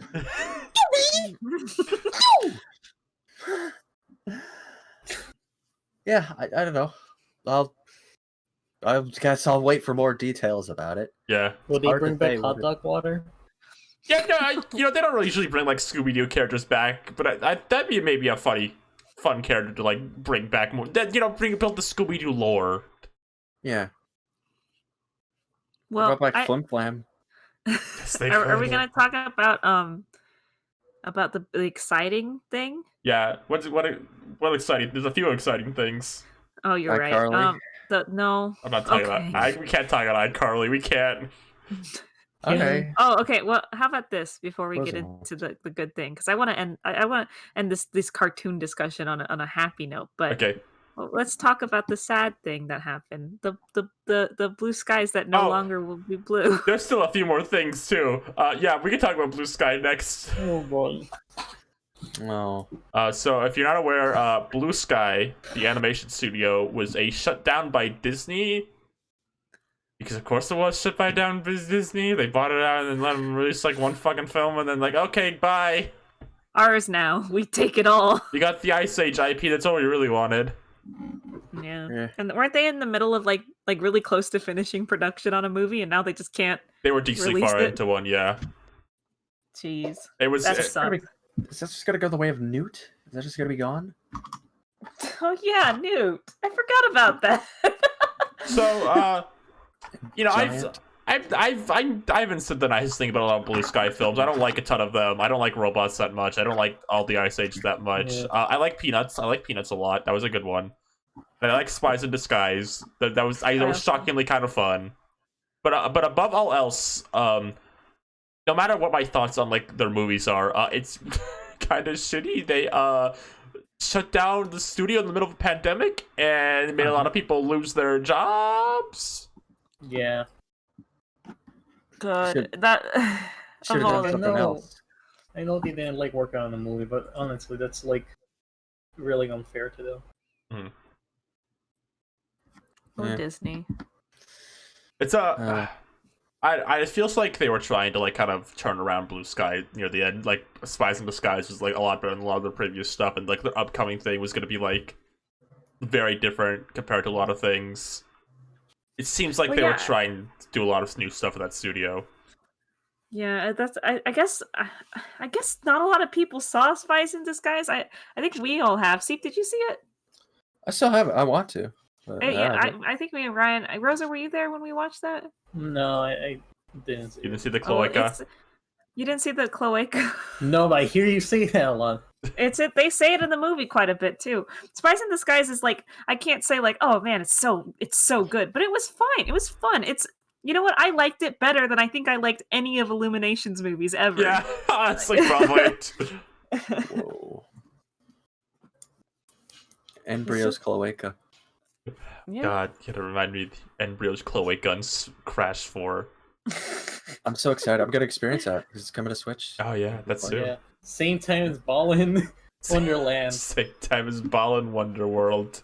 Ballin'. Ballin'. Uh, Ballin'. I don't know. Like, it's not a hot take to say that Disney buying up stuff is not a good thing, and I feel like this is just No. kind of one of the biggest recent examples of like them buying a studio and then just kind of fucking it up and, you know, causing a lot of problems. I'm a firm believer Disney should not own the Muppets. I don't think they give a Oh. shit about the Muppets. Disney's treatment of puppets and like the puppet art form is so shitty. That's why a lot of, you know how back in the day, I don't know if you know this, you could go to the park and there'd be like puppeteers a lot. There'd be like the Yeah. talking trash can, stuff like that. They don't do that shit anymore because literally puppeteers were like, yeah, they don't pay us jack. They do not respect like the art of puppets like at all. So that no wonder they get their hands on the Muppets, the fucking golden goose egg, and they crack it on the floor because they don't know what they're doing and they don't take it seriously. Fucking the guy who's been doing Kermit for a million years is like, I don't want to do this anymore because they're not letting me like be Kermit. They're like just telling me like all this stuff that Kermit wouldn't say, and it's upsetting me because I care very deeply about Kermit because that's what it's like to be a puppeteer. You like connect with the character, and I don't want to be here anymore. And he left, and now they got that other guy who sucks. He's trying. He is. I don't think he's a bad guy. I just don't think he's not been at it as long, so he's struggling a bit. Yeah. I think they just wanted to have like Kermit and animal like mugs they can sell at Disney World. That's all they cared about when they bought the puppets. Oh yeah, for sure. Yeah. If Well, at they're- least we're getting They're all it. about the profit. Huh? They're all about the profits. Yeah. All But about the money. we can watch the Muppet Show on Disney Plus in like 3 hours. Oh, That's pretty true. cool. That's soon. Yeah. I am glad that they did. That's like the one thing they've done like okay with the Muppets. They did take the time to get all like the copyright settled, like have the full version of the Muppets on Disney Plus, which is better. That's like the best thing they've done with the Muppets in so long. Honestly, yeah. I think it'll give a lot of people who I guess aren't very familiar with that era of Muppets, because a lot of people who I talk to about Muppets are like a bit of the more my generation who kind of mostly grew up with some of the movies and like Yeah. some of the newer stuff. So I think that's nice. So people will get to see that and see what it was like in its origin. Yeah. Discover the epic origin story. Exactly. Disney buying stuff fucking sucks, and I think it sucks all those Blue Sky dudes lost their job, and I hope they're able to find new jobs and that we need to stop letting Disney buy shit. Yeah. All right, Release the Bob's Burgers movie Oh god, without canceling it. of course. Yeah. Next on the docket is another thing. Seep was really excited to talk about this, so I'll let them go off. Is the Amazing World of Gumball movie is happening. Oh my god. Yeah. Ooh. Yeah. What's happening? I guess I don't have a ton to say about it other than like, it's surprising. I didn't think they would do it. I thought for a while it felt like Gumball was one of those things where, because, well, if you don't know, Because what? I just thought of it's because I love you. because Well, Gumball is one of those things where it ended on a cliffhanger It did. the latest season, and they were gonna do like this big movie, but Cartoon Network did this thing where like they don't cancel it, but they don't order any new episodes for it. Which you might be familiar with from some of their other things, which we'll get into in a bit. But yeah, I was certain that it was just gonna be one of those things where like they just air reruns of it forever. Because like they kind of don't really need to make new episodes at this point. They did Darwin's Yearbook, which was a clip show. Oh yeah, they've done like 2 of those. They did a Halloween clip show thing too, which is really weird. But yeah, now they're making a movie, which will be I guess the epic conclusion of the Gumball story. I almost feel like part of it, the reason they waited so long to do this was just that they didn't want kids to know that Gumball was actually technically over. Yeah, and maybe they're ready to move on now, I guess. Maybe after this comes out, they're just gonna drop Gumball hard. I don't know. But yeah, I'm interested in it. I mean, Gumball kind of has a turbulent reputation, but I think overall, I mean, there's some things about it that aren't that good. It definitely had a bit of a seasonal rot later on. Definitely. There was a Twitter meme bait. I was gonna say it was like Twitter meme bait. Yeah, there was a lot of that. And there was a certain point in the show, I want to say like nearest the end, where it felt like they were like, hey, people on Twitter like when we do this thing, and it felt like a lot of the show kind of became that. It's like, okay, can you do something else? Very like referencing internet culture and like meta stuff, like self-referential. Because a lot of the stuff I like about Gumball is like just the way it looks. It's so cool, and like the way they make the show is very, very like interesting. I like all the different art styles and stuff. I always thought that was really their strongest thing there. So I'm really excited what they're gonna do with like a movie budget, because they've had some really cool like fight scenes and like really pretty scenes and stuff like that in the show. yeah. So what are they gonna do with a movie budget? It sounds cool. Gumball is like surprisingly good at like action and like tense Oh no, for sure. story stuff. Yeah, I think with like a movie, even with just like their normal TV budget, I think they could make something really cool to see in movie form if they do it good. Yeah. Yeah. I have mixed thoughts on Gumball overall, but I'm glad it's getting a wrap up because I like the show enough to want it to have one. Yeah, I think it deserves it. It's one of those. I think it's one of Cartoon Network's shows that's like, kind of defined the era that it came out in. Yeah. That was a regular show, Adventure Time era show. Yeah. Yeah. Well, that's happening. It's our season finale movie. Dude, our movie was not the season finale, dude. What? Oh! All that stuff about Gumball in the middle class. Gumball's gonna eliminate the middle class in the movie. Yeah. I guess you will. I will say, didn't they air the regular show like finale thing like in the middle of like a Teen Titans Go marathon? Did they really? That's so insulting. I think they did. That's awful.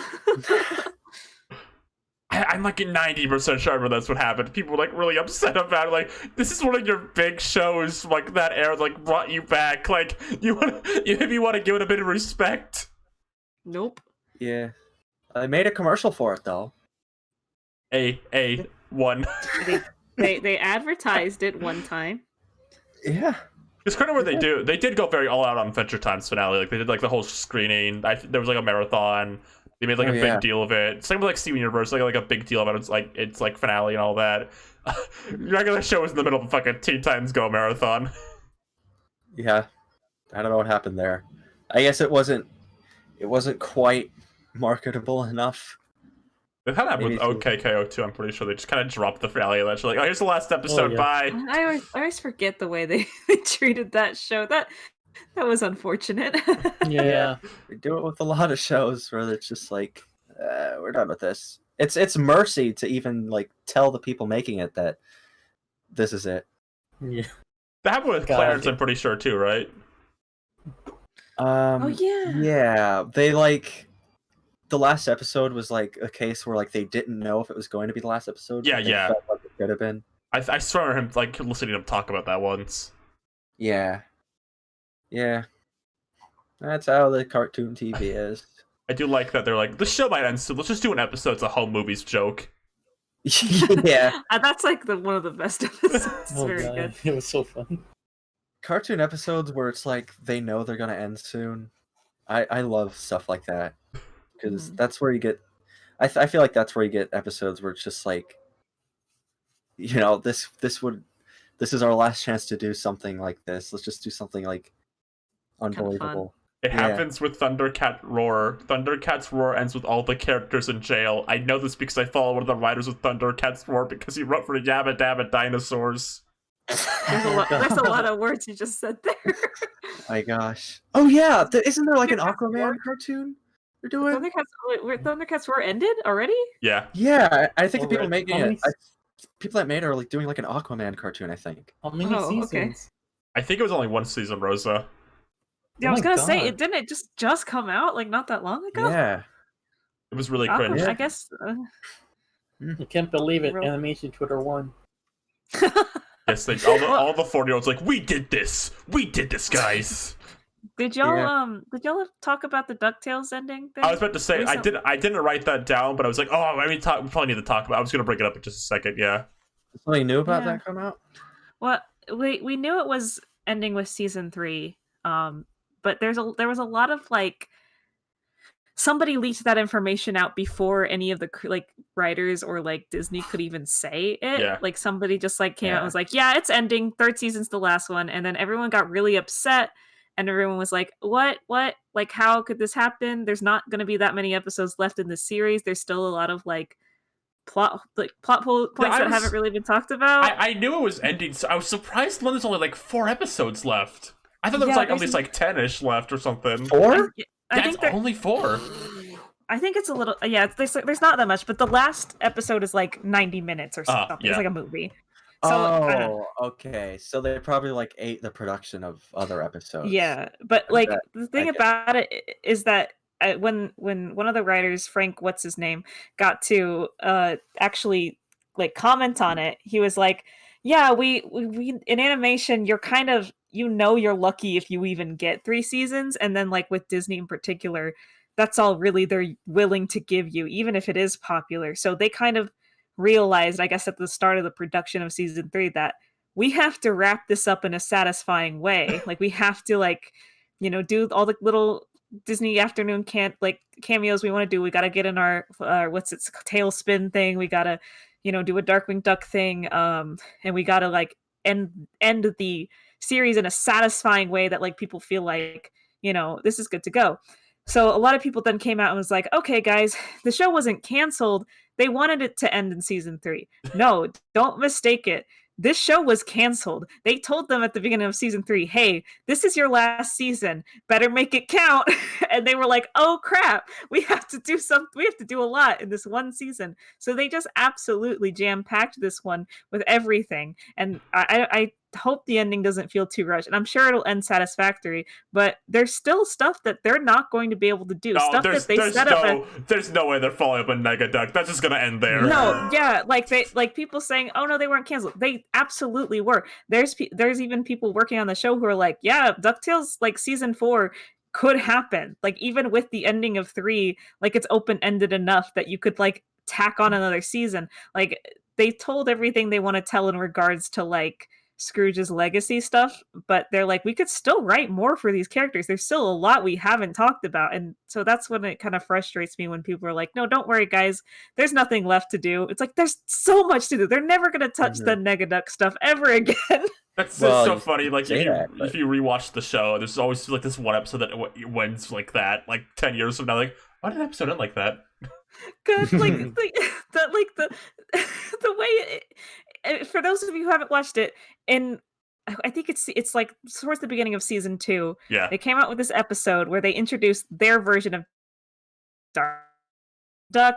It's like really cool, really like it makes sense. And basically, the old Darkwing Duck takes the place of Negaduck. He becomes evil basically, and it's really interesting and cool. And during the episode, you think that this guy dies. And then the final shot of the episode is it like pans down to him and he's finally like in the costume, like the Negaduck costume. And he's like maniacally laughing and he's like, oh, just wait till I get my chance to shine. And then season 3 happens, and the Darkwing Duck episode, like the big special that they're gonna do, everyone's excited for it, and they're like, "Oh, Frank, is this where we're gonna finally see like Jim Starlin come back as Negaduck and like exact his revenge?" And he's like, so we couldn't put Negaduck in season 3," and everyone's like, "Oh, so he's just not gonna be in season 3? Oh, that's kind of sucks. That's gonna be a long time to wait for until he's in season 4." There's not gonna be a season 4. He's just not gonna be. There's never gonna be an ending to that. Still in the sewers till this day. Yeah. He's No, still in now, the sewers. now hear me out, Lou. I think what's gonna happen is he'll be in the We Could Be Heroes regular show sequence, and they'll just cut to him in the sewer. Oh my god. Yeah. But yeah, so No. it's a little sad, but gosh. Just wait for the Seth Rogen Darkwing Duck show. Oh yeah, that's right. There's gonna be a new Darkwing Duck show, and we don't know anything about it, and it worries me. Oh well. Oh well. Don't worry, Lucy. Make sure he gets the blunt. Is that your Seth Rogen voice? Yeah. Wait, that He sounds like Teddy, doesn't he? Can I ask Doesn't why? he sound like Teddy? Why does he sound like Teddy and Santa Claus mixed together? Doesn't he sound like that? I guess he does. Hey, Bobby. He's more like, hey, no, that's Seth Rogen, man. I'll be on Muppet Show. I'm Master Mantis. Yeah. Yeah. I don't know. There's only 4 episodes left. We know one of them's like the kid. Yeah, the kid from Tailspin, which is gonna have Don Carnage. There's going to be an episode where like the episode description is like Scrooge's like bad guys like start to sue him or something. That's funny. They're like he made me evil. It's actually his fault that I'm like this. That is a funny episode concept. Yeah, and then there's going to be the big finale, which is probably going to be a big foul showdown, but it's not going to be like it was in Moonvasion, apparently, so I have no idea what they're going to do. Oh, I do. I can't say anything. I know there's going to be a new character, and I just want you all to prepare yourselves, because I think he's going to be like Kinney bait, and I think you're going to see him a lot. So I can't say anything more than that. But yeah, just Lou's prepare really excited for the Mortimer Mouse appearance. It's not him. God, if it was Mortimer Mouse, I wouldn't be able to keep my mouth shut. Like I would just be like, "Ooh, there's gonna be a really tall guy." Yeah, he's gonna be that kind of character. And I've already given away too much saying it's a he, but he's gonna be that kind of character who, like, you're gonna see people kin, and then other people are gonna be like, if you like this character or kin this character, like, unfollow me. Like, he is problematic. You're not allowed to talk to me. And I can't wait because I think he looks cool. I'm excited. I'm really excited for the We Can Be Heroes Come Along With Me sequence at the end, and I get my like 2-second penumbra appearance. Like, all right, there we go. I got my moment. You want to talk about 2-second appearances? I'm just the Three Caballeros like whole thing. I hope if they don't say one word, it's gonna be so. No, don't worry. When the Come Along With Me sequence is playing, they'll show them on like a stage playing the guitar for like 2 seconds, and then it'll cut to the next one. And like Donnie's gonna be in the background. Who? Oh yeah, Donnie. So like the penumbra scene, which is like at the Pyrenean burger again for like 2 seconds. So she's like sitting there alone eating a burger. It's like, she's not with like Della or like anyone. She's just eating the burger alone. Is there any shows with like so many levels? with Come Along With Me sequences? You know what I mean? Definitely. No, I know what you mean. There definitely is. Yeah, I just can't think of any. Hunter. There's one. Watch Hunter.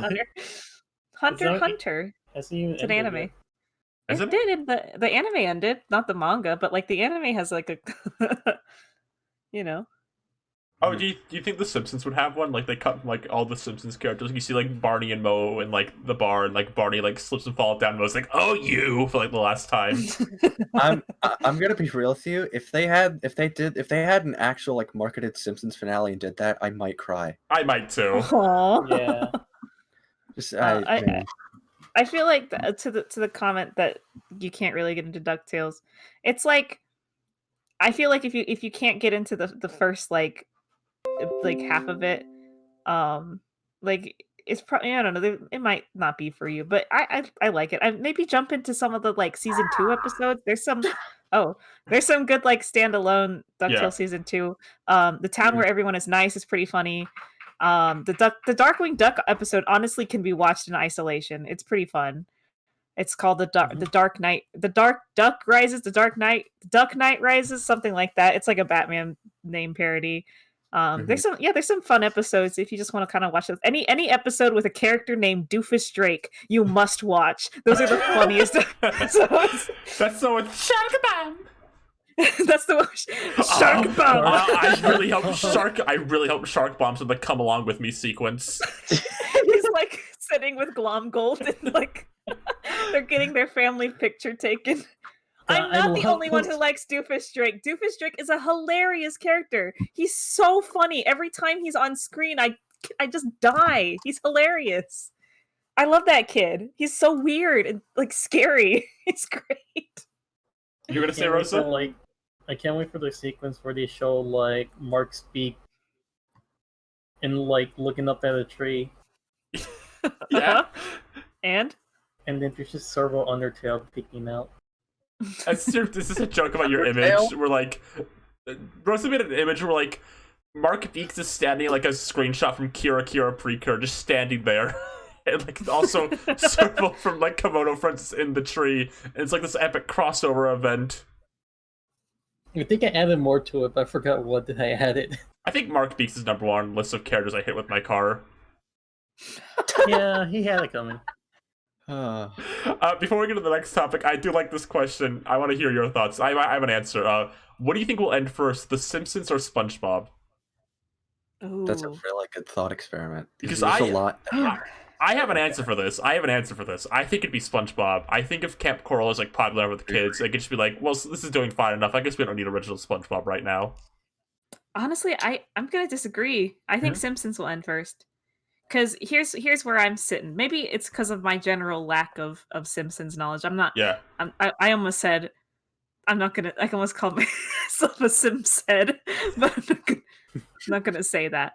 I'm not one of those. I don't know much about it other than like the general pop culture knowledge of it.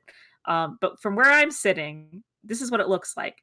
SpongeBob has had like a recent revival in like interest. I see a lot of people get like I saw like one of my people on Twitter, they like got hired on as like as part of the staff, so they're like hiring new people. Okay. They're like still turning out episodes. They're they're keeping the fire alive. They got a spin-off, but that doesn't necessarily mean that the original show is dying. It just means you got 2 kings in the castle now. I should stress, I think the SpongeBob scenario I explained is like a very unlikely one. I just think my thing is I think there's a few more situations SpongeBob has to end right now because like they got the Lighthouse is popular and they got a spin-off. I don't think it actually ever would. No, right. But like in contrast, Simpsons has had a very like not great reputation lately, as far as I can see. Like people have been saying New Simpsons sucks for like a while now, which is what they were saying for SpongeBob for a while until recently. Everyone started saying actually it's starting to get good again. To each their own. But I haven't really seen that from Simpsons people. But maybe I'm just not looking. I think you kind of. I think there is a certain level of that with The Simpsons, but it's definitely more obscure, I think. I know. I think I will agree that I think The Simpsons would end first. What I'm thinking about is for the people on The Simpsons. Yeah. It's been going on for a while. They're old people. Oh, that's a big thing too. Yeah. And I feel like that would be the one thing to end it, where it's just like some of the voice actors just decide like I can't do this anymore. Marge's voice actor is on her last fucking legs. You can tell. Yeah. I feel like SpongeBob has a thing where like maybe the main show would get canceled, but I feel like there would be like SpongeBob would still feel like it'd be like alive in some way. Yeah. Like I feel like The Simpsons is much less likely to have like revival, like reboot spin-off sort of things with They it. can make the Mo show. Yeah. Yeah. Like you can make your Camp Corals and your, I don't know, Squidward Symphony Hour, but you can't make anything from The Simpsons. Now that being Right. said, when they make Skinner Chalmers canon, maybe they'll get an increase of viewers again. Yeah. I mean, they kind of went there a little. They're getting there. Well, we're inching towards that, I feel. That'd be like the ultimate ending to like the Steve Pam's arc. Is like No, that's like the bubbling kiss in the finale moment. yeah.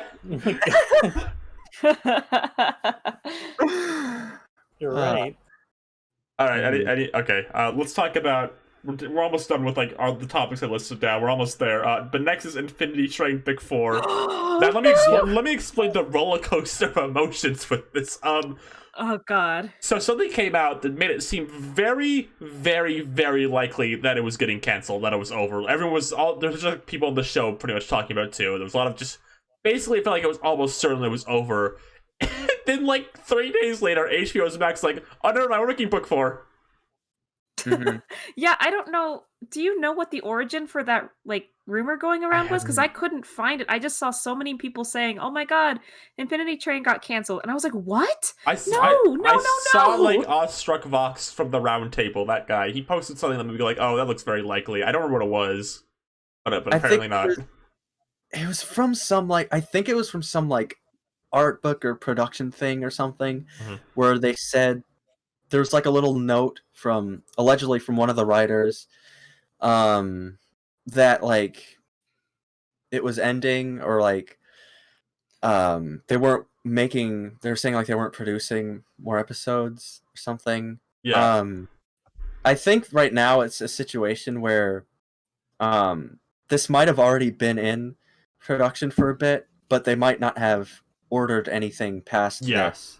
Yeah. Because the thing with Infinity Train is this was like this for the first 2 books, and it might be the case for book 3 and 4, but like they order them like 2 books at a time. Yeah. Cartoon Network usually does things in like 20 11-minute episode packages, but Infinity Train like splits that in half. So you have like the books are like 10 episodes long. 10 11s. Yeah. So this might have been a case where like when they got renewed initially, they're always going to do 2 more books. But right now it's probably like just uncertain whether they're going to get renewed for another 2 books. Cartoon Network has to like be aware at this point that the show has a pretty big following, right? They can't be like unaware of it. They made questionable decisions before, so They have. Well, I'm really I just think more people should watch it. Like, I haven't seen nearly enough people. I know it has a decent following, but I feel like in my general circle of friends, like nobody's watching this. I don't know if it's because it's on a streaming service and whatever, but like if you're looking for a cartoon, I know everyone's talking about how they want cartoons to be treated more seriously, to have something, like something like a cartoon made for an older audience, not necessarily like the 10 to 12 range. That's what Infinity Train is. It feels like a cartoon that was made for maybe like a mid-teenager like audience. It's it takes itself seriously. It deals with heavy topics. It's got I think because it's on a streaming service and not on TV, it's got a little bit more leeway in terms of like what it can show. Like I think they flat out said that like when we went to HBO Max, we were like given a lot more leeway. Yeah, and it does. I see a lot of people talking online. They're like trying to, boost the cartoon medium, and they're like, yeah, we need it to be taken more seriously, and then they're recommending like baby shows, which they're fine. They're fine baby shows. You could recommend, your what's its and who's its. You can recommend your Steven Universes, which is a good show. I would say Steven Universe. It's very loud with Steven Universe Future more in like tone. Steven Universe Future was definitely aimed at like us for sure. Yeah, but like if you're talking about like base Steven Universe, like you can amplify those great shows, but if you want people to see that it can be used for more than kiddie stuff, that's Infinity Train. You gotta start showing people that stuff. You gotta sit down, make people watch it. It's great. If you liked what like a lot of later Adventure Time was pitching, like Steven Universe Future, like stuff that felt like it was aimed at like an older crowd, this is like that fully indulgent, like it being for like older crowds. The first book is good, but you can tell it's like more the tamer side. It's Yeah. more of the kind of like something you could air on Cartoon Network, and then like book 2, it starts getting like, oh, okay, we're getting to some stuff here, and then book 3, Jesus Christ, God, that book is heavy. Yeah. I feel like that's the main advantage, like stuff like HBO Max has. Even like stuff like Obsidian feels like I don't think Obsidian would exist on like Cartoon Network because it's fully blunt about they're lesbians. I feel like that's like the main advantage we're getting with HBO Max now. It's like, oh, people from Cartoon Network can do shit like this now with like no like drawbacks, like nothing, like not even like compromise. Mm-hmm. Yeah. Mm-hmm. Yeah, I don't know. Hopefully we get more books from this. I don't know. Maybe this will be maybe we'll get 1-1's yearbook for a few years. Well, I mean, honestly, if they can wrap it up in a satisfying way, I wouldn't mind if book 4 was the end, as long as it's like feels like a conclusion. That's all that matters. Which is why I'm not too scared about the DuckTales stuff, because they had time to prepare. They're gonna make a good ending. It's gonna be fine. Doing stuff considered. I'm almost certain I know what like book 4 will, like who it'll be about, like one of the main characters. Like I know almost certain, like, but I'm interested to see where they like how they present it and where they take it. Yeah. It's an interesting show because it's an anthology, so you can kind of technically like end it wherever, but right. The only thing is like, but there's more that like we can find out, that I want to know more about. But yeah, I mean, there's clearly a lot that they would like to reveal, and it's a very interesting world that they've built. For sure. I feel like there's a ton you can do with it. Oh, I always think about the that Adventure Time episode with the train. Yeah. You remember that? And when Infinity Train stuff was first coming out, I was like, is this where Owen got the idea? Because he used to be a storyboard artist on Regular Show, right? The guy who created Infinity Train. And I remember I used to follow his Tumblr, and he would talk about Infinity Train a lot. And like, I remember very clearly an ask he answered that really stuck with me.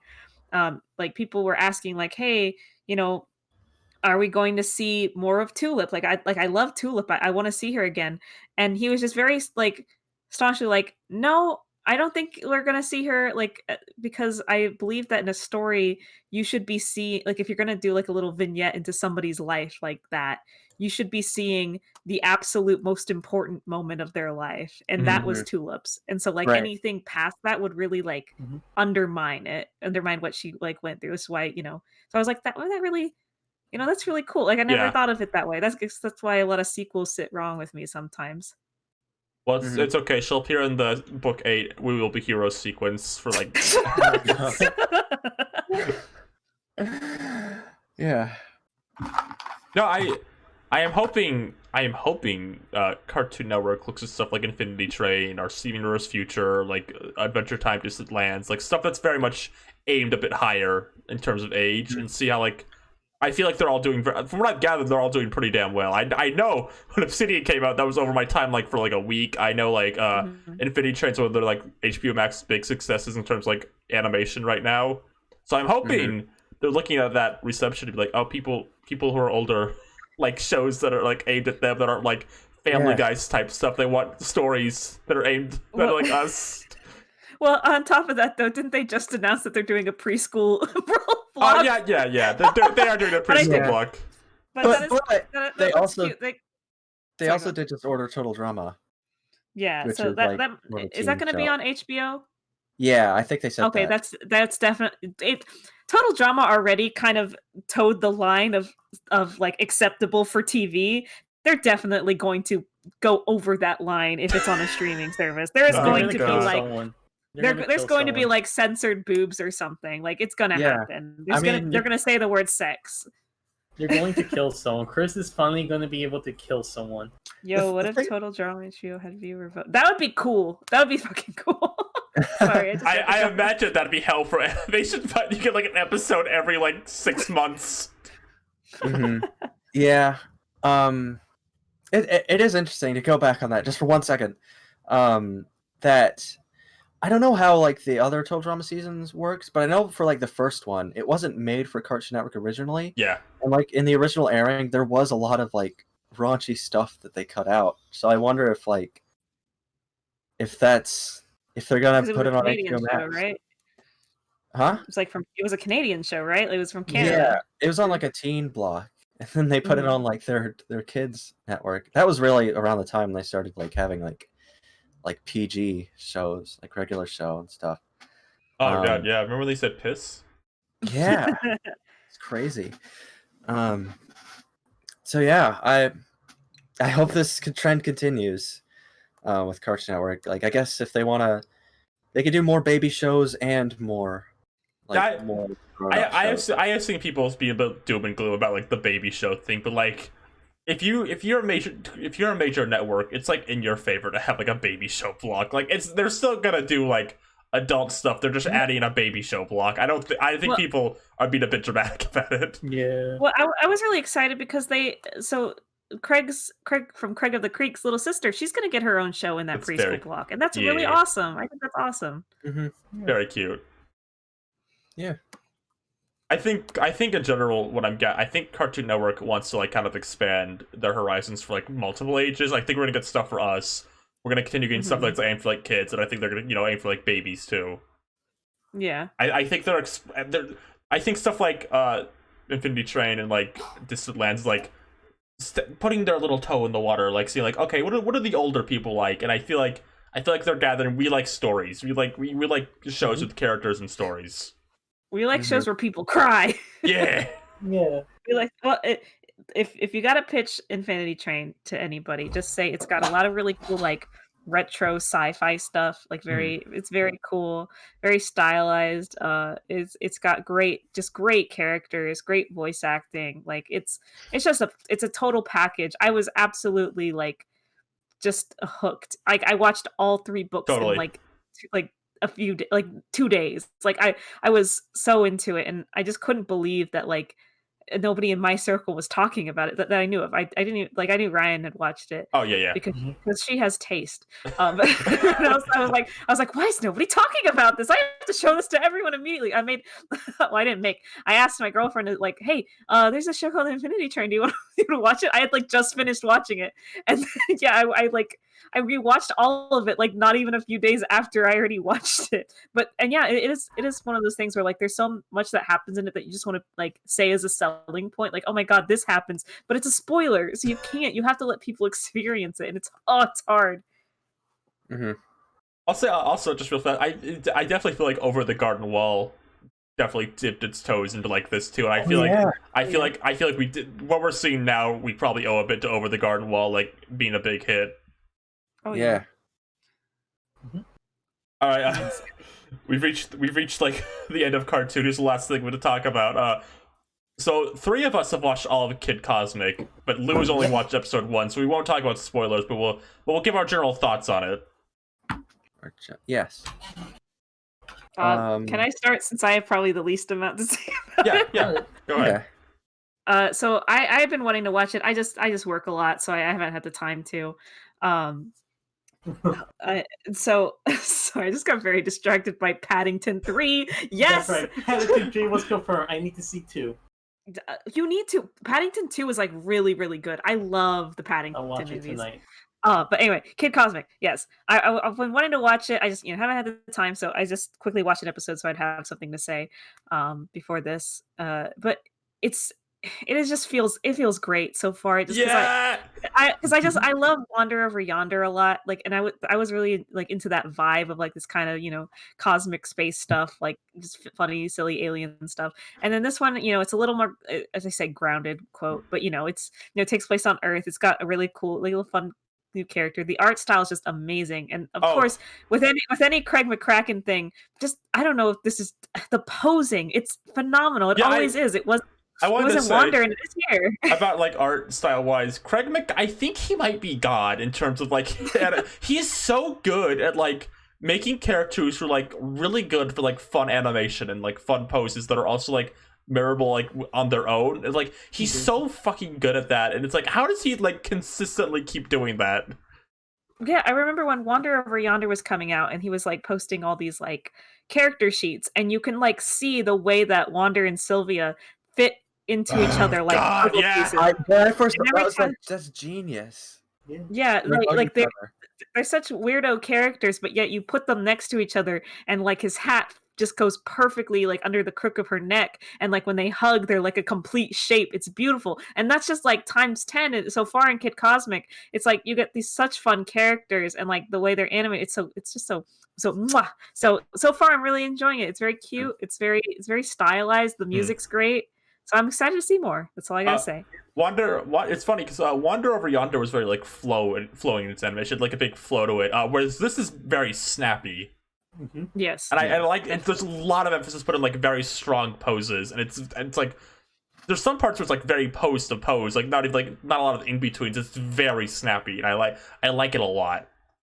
well, it fits the energy of the show. It's a lot Totally. different, where Wander's kind of attitude is like, let me just cruise on through life. I'm just going with the flow. And Kid Cosmic's here, he's like, bam, bam, here I am. I'm jumping on top of tables. Our friend Cersei talked about this. I love the way his flying actually works, because it's not like he's flying, it's the ring is floating and it kind of drags him along, and I think that's super cool. Yeah. Yeah. I just watched the last episode yesterday. I don't want to give anything away. Oh, totally. I think it's it's really good. Like I don't know. I don't know what to say. It's just one of those. It's one of those shows. It's kind of like Infinity Train, where it's just like I just have to say, like, just watch it. Like it's like it's really good. I mean, it's on Netflix. If you like cartoons, well, that's kind of broad, but like if you like Craig's past stuff, there's like almost certainty you'll like this. Yeah, this is definitely like you like Wander, watch it. It's really, I think it's really easy to get into because it's pretty much it's like the most serialized show he's ever made. It's pretty much like a 2.5 hour movie. Yeah. How the story goes. Yeah, Rosa? Yeah. What is it? Rosa? You sound like you were to say something. No. Oh, okay. But do you want to say? You haven't said anything yet. If you want to say something. I really like it. It's really fun. I really admired like the cast of characters they have.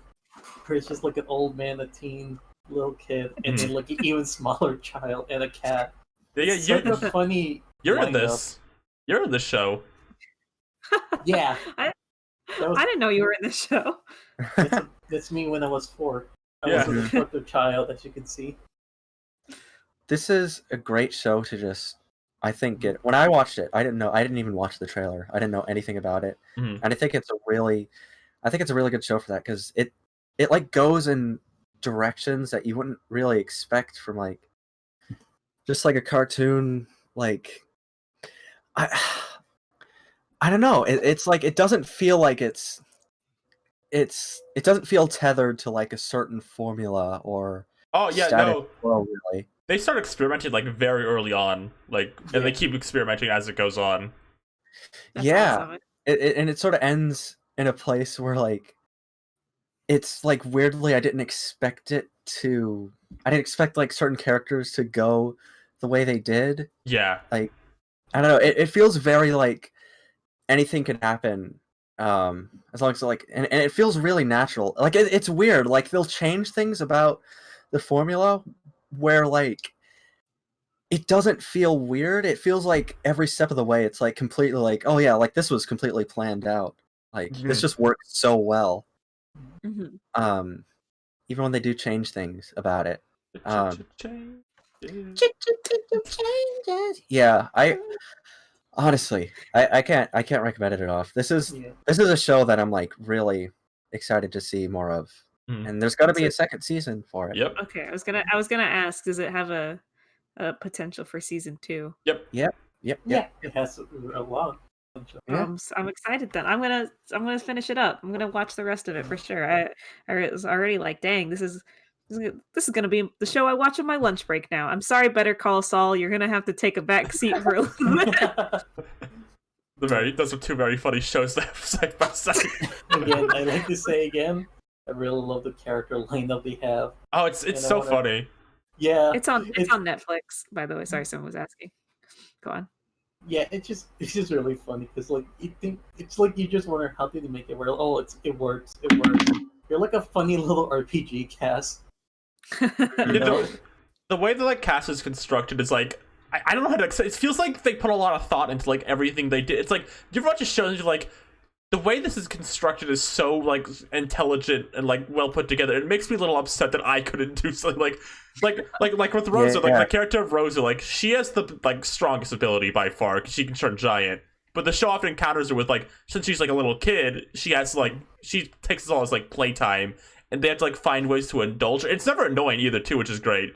Also, disclaimer: she's talking about Rosa from the show, not not Rosa from here.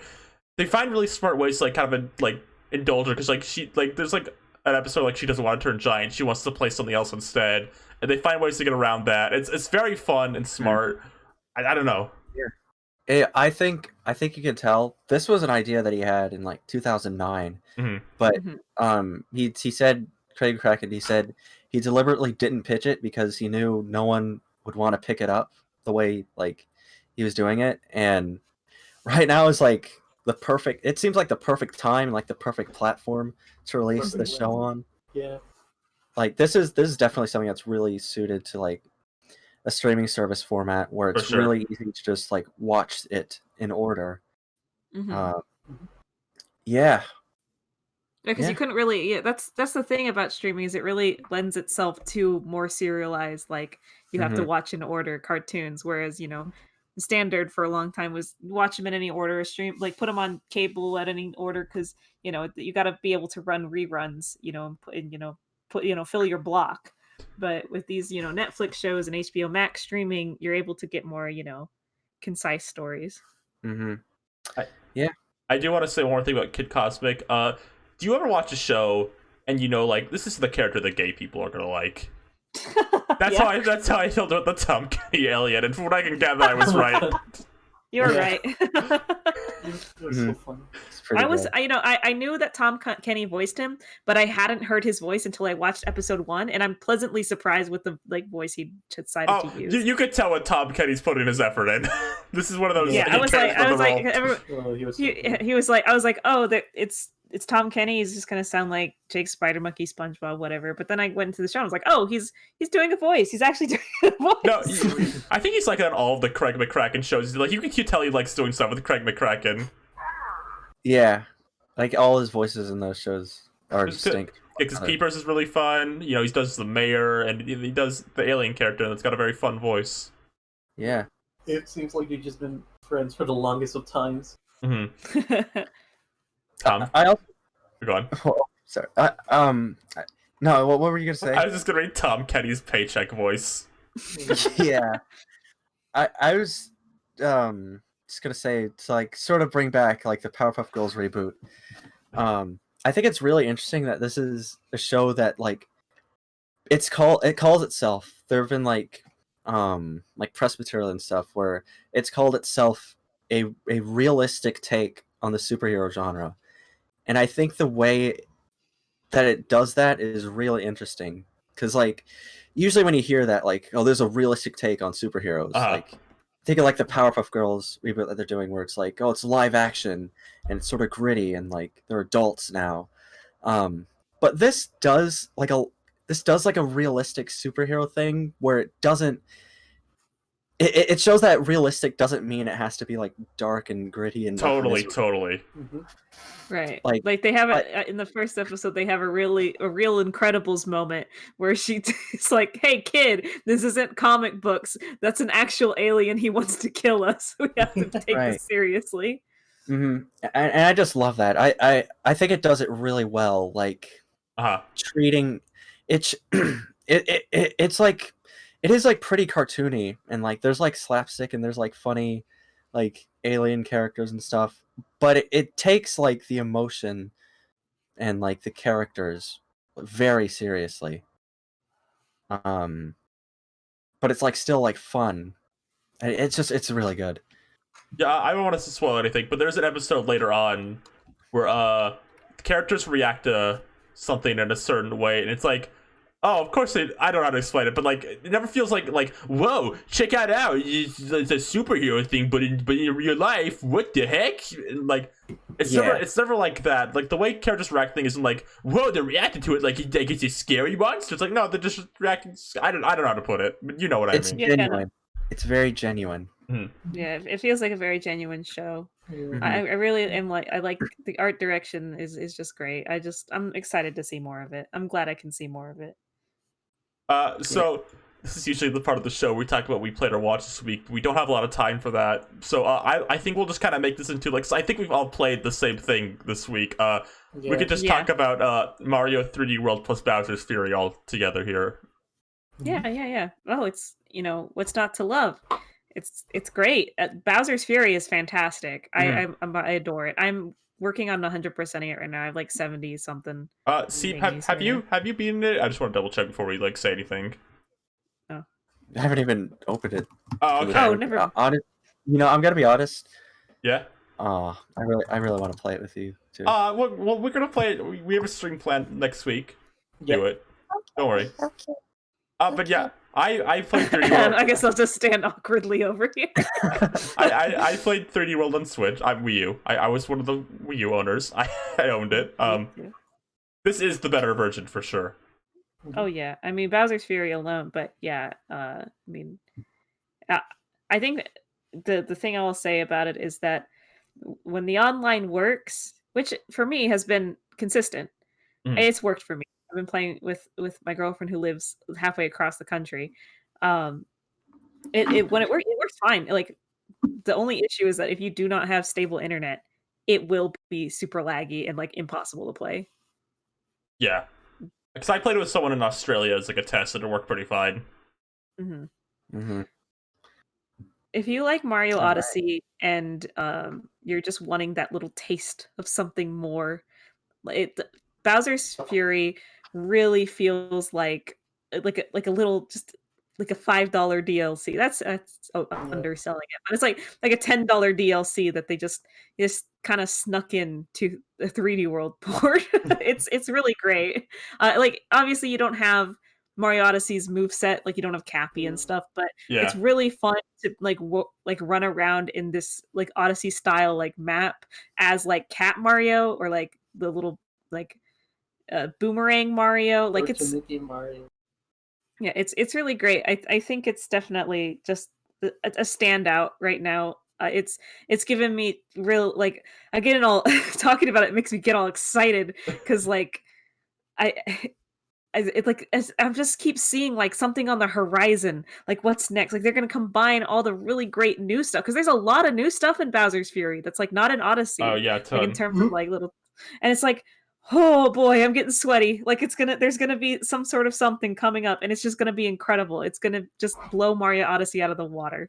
Yeah, I think what's really interesting is that like how they set up new collectibles real time. Like if you move, like it's really just pushing you to like move around and then come back. Like you finish a task there, and you move to a different island. You come back, and then there's like a new task ready for you to do, and it's like really interesting. I think it's like stuff I ended up enjoying better than like finding moons everywhere. Oh, it's pretty seamless too. Like Yeah.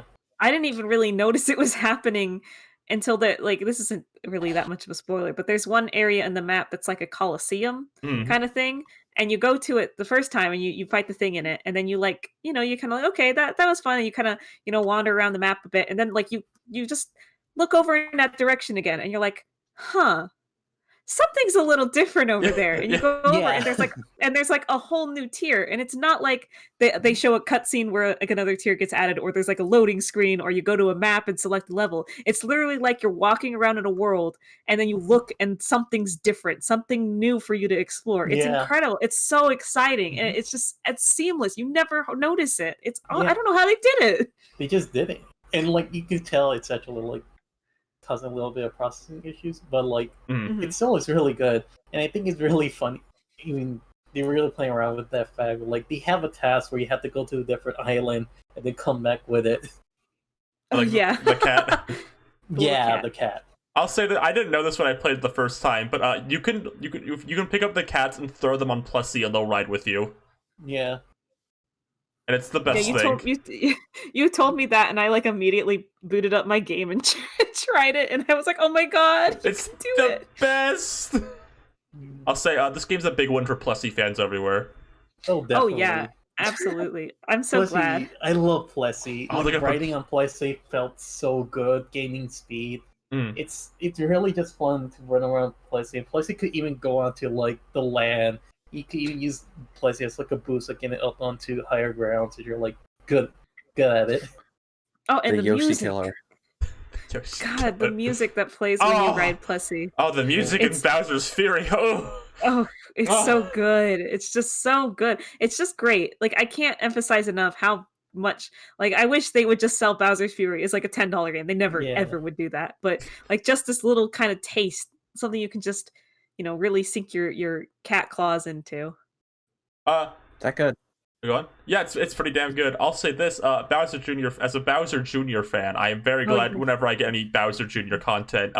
He's consistently such a fun character, and there's some things later on, I don't want to spoil it, that really like indulges in a character triangle like between like Mario, Bowser, and Bowser Jr. Like what their relationship is all to each other. And I think it's very funny. Oh yeah, for sure. Would you say Bowser Jr. is the plankton of Mario? I don't know if I No. would go that far. No, in terms of like, plankton. Like plankton's always like, you know what I mean? Like plankton's always like good. Yeah. Okay. Oh yeah. Like, they never. I've never heard anyone say like, "Oh, I hate plankton." Like they really screwed up plankton here. Oh yeah. Okay. Yeah, I get what you mean now. Yeah. I do like that. Yeah, the Bowser Jr. has had such a strong presence in the more recent years of Mario games. Like he was in Mario and Rabbids. He's did the whole Paper Mario thing, Yeah. and now they're bringing him back yet again. That like they're doing this 3D World port, and since he's nowhere to be seen in like the original 3D World, they're like let's put him in here. We want Bowser Jr. He's a fun character. Also, it's fun to have him. in case you were worried, Toadette does make an appearance in this. I won't say where, Yes. but she is there. Yes. All right. Yeah. I mean, Speaking of Toadette, there was just a minor thing. There was like something found that it seems like she was supposed to be playable, like main 3D World at some point. Yeah. I would have preferred her to Blue Toad, but I guess I don't know. Would it still make come on. sense that her fast run? I feel like they probably just kind of had both of them. You could just like press like L or R to like choose which one you wanted. They just have the same yeah, stats. that's what Yeah. they did that with Yellow Toad and Blue Toad and the new Super Mario Brothers Yeah. Deluxe. That would have been neat. Yeah. Yeah. I like the Toads. I'm a Toad person. Yeah, you seem like a Toad type of person. I like Toads too. I think they're fine. I Yeah. like Toadette. Look at Halo the Bow. Hey Ryan. Yeah? Can you give me a Toad impression now? Go. Hello, I can. Ready to start the trailer? Yellow Toad? Yeah, Blue Toad. You got the popcorn? Butter? Root beer with original straw? Right I here. got a nachos right here. All right, Who Rosa, it's your needs turn. nachos? Rosa, what can you give me some Toad lines? You're all auditioning for the role of Toad in the Mario Park, the theme park. So let's hear it. Really give it your all. Welcome to the theme park. Wow, who wants some pretty nice. nachos? Oh, Very pretty nice and cheesy. You got a very soft and Yum, warm yum. Toad voice. Yeah, you do have a very reserved Toad voice. Now, Seep, let's hear something. It's time to rock and roll. You sound like a Teen Girl Squad character. That's what he says in the cartoon when he puts on the sunglasses. Yeah, of course. I boy. love it. You know something I played this week that I didn't. What was it, Bowser's Fury? Something I watched. Yeah. 'Cause you all played Bowser's Fury. Yeah, and I you didn't. can have a turn with one thing. And I watched The Great North. Now, what is Okay. that? What is that?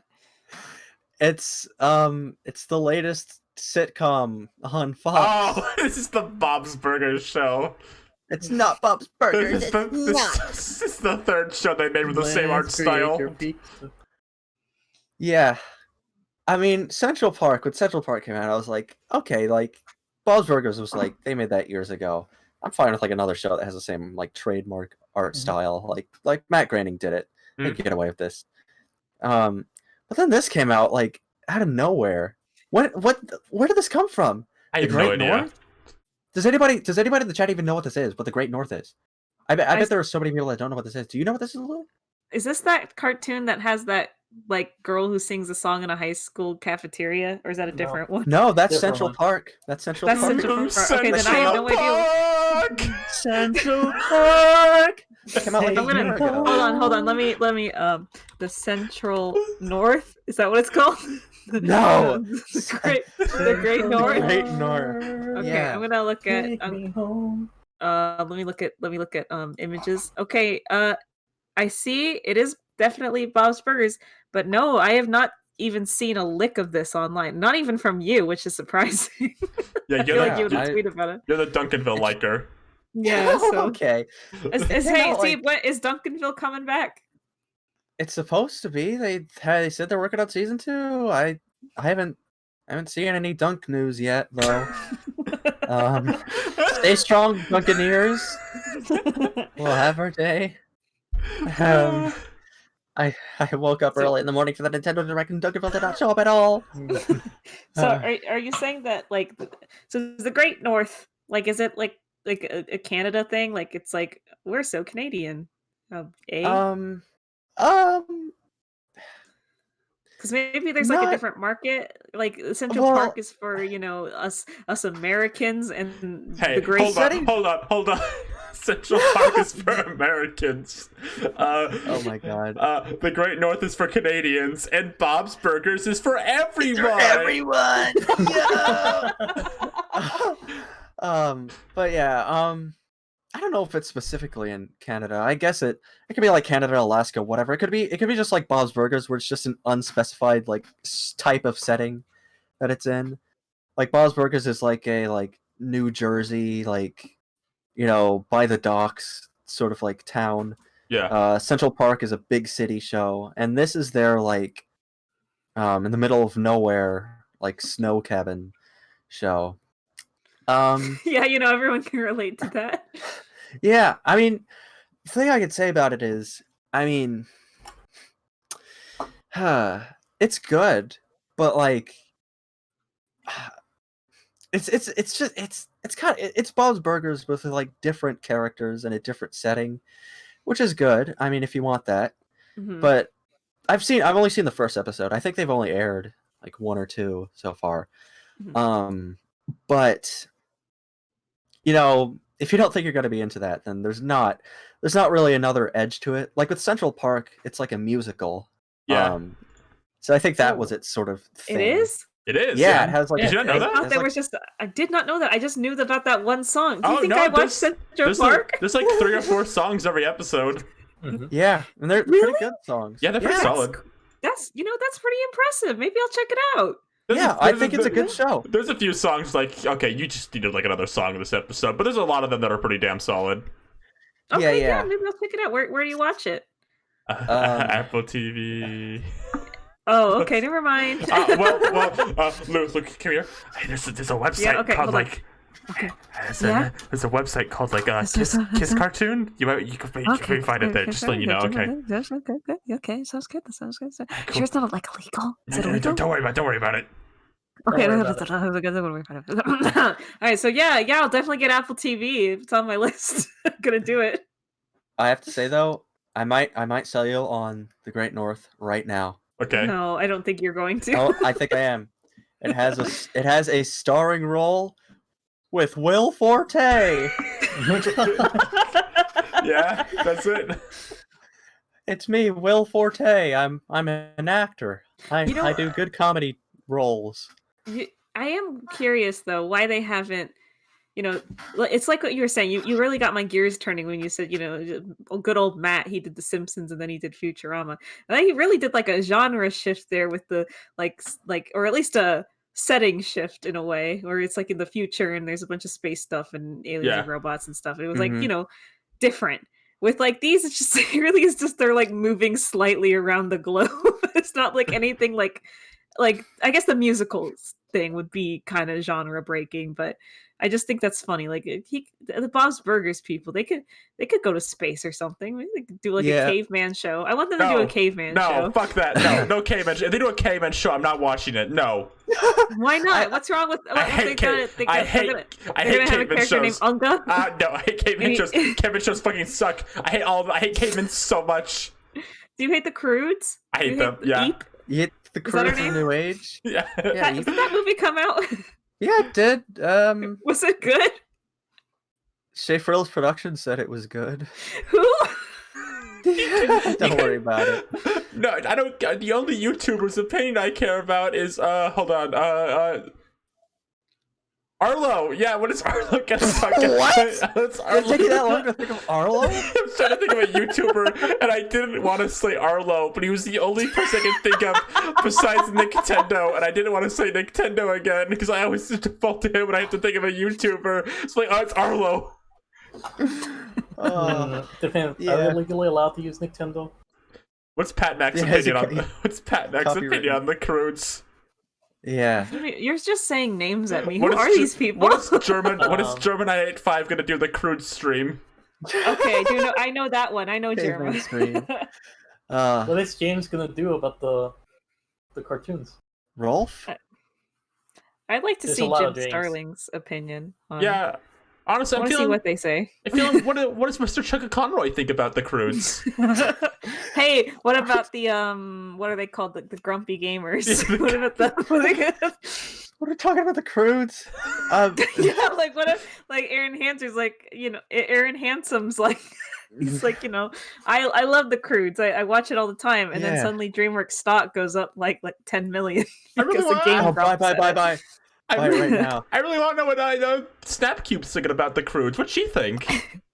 It's just gonna go on. I wonder what Mariah Elizabeth, creator of the Squishy Makeover series, thinks about. I think Kat and Chris could have something interesting about the Croods. We need to stop this right now. We're just saying. Are you ready to start the trailer, Barry the Octopus? What does Philbo think of the Croods? Okay. Philbo is a Crude. I was gonna say something about the Great North like 2 minutes ago. Oh yes, it's gone. It's gone. Tell me about it. No, it's past. Whatever. No, I was just gonna say like the sitcom family formula. I imagine that's just a thing with like Fox shows. They seem pretty like I feel like they want to have their lineup be shows that are all kind of like a similar thing. Like you got Family Guy, The Simpsons, Bob's Burgers, and then Duncanville. And you could just put the Great North right in there, and it's like, oh, it's a little family show. I mean, it's a good little family show. I've seen one episode. You keep like reiterating that, like, listen, I don't know anything about the Big North, but I'm just saying. I mean, I don't know if it like takes a dramatic like BoJack-esque turn at some point. It has like a really deep episode about like dying and like dealing with your inner demons. Yeah, there's a gay character. There, yeah, that's pretty good. They have like a gay son. You like that? You gotta watch it now? No. They have a gay son? Why would that matter? I don't know, it's just like they have a gay son. I thought Gene from Bob's Burgers was gay, isn't he? I mean, he's exploring. Yeah, he doesn't know that yet. We haven't reached that point in his life, I don't think. Okay. That's fair. According to Rosa, Bob is bisexual and Linda's into getting to a polycule, so yeah, I mean, Bob being bisexual, that's confirmed, right? Yeah, they had it was like Linda would be okay with Bob getting a boyfriend and then starting a polycule. Like, Bobby! She'd be like, oh, Bobby, is that your boyfriend? Yeah, Linda. I don't really like to mix my worlds too much. He's like, oh no, invite him for dinner. It'll be fun. I feel like this is why Disney doesn't want to show anything from the movie because it's going to be about this. Bob's Burger, how he made the polycule burger. I know we're off the Croods too, but I really want to know what Good Vibes Gaming thinks of the Croods too. What do you mean we're off the Croods? We were never on the Croods too. You're just saying What does Melton think? Yeah. I wonder what the completionist thinks of the Croods too. Did he Milton the complete the King. Croods too? Can he complete the Croods Yeah, too? I want to know On if my I should journey to complete the Croods 2, I experienced 300 deaths. 5. Dun dun dun. I really want to know what else Supersonic Q thinks of the Croods too. I gotta know. I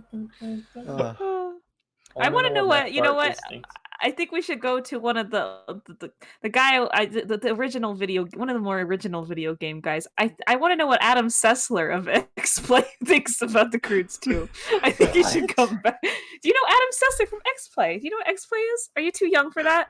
I think we're all too young for that. No, I know what that is. No, you're not all. You do? Not all. Yeah, I know what Okay, X-Play is. actually, down there. I'm sorry. I am like the youngest one. I'm the Okay, so baby of the for the babies in the audience, back before like putting gaming stuff on YouTube and making like, you know, your like literally everyone we just named, all those people, you would have to watch TV and watch a channel, G4, and there was a show on it called Okay, X-Play. all right. Yeah, Okay. starring Adam I know what that Sessler is. and Morgan Webb, and they I would just talk don't about know video their games. names. Hey, can I Yeah, ask they you? would talk about video games and like upcoming releases and cheat codes and stuff, and then they would also like show E3 on that channel. Oh like, yeah, when it that's was showing where it up. was. Mhm. And so if you had to watch it on there, because like YouTube was kind of still becoming a thing and become like, you know, people didn't, you know, do that. But anyway, I do want to know what G4's judgment.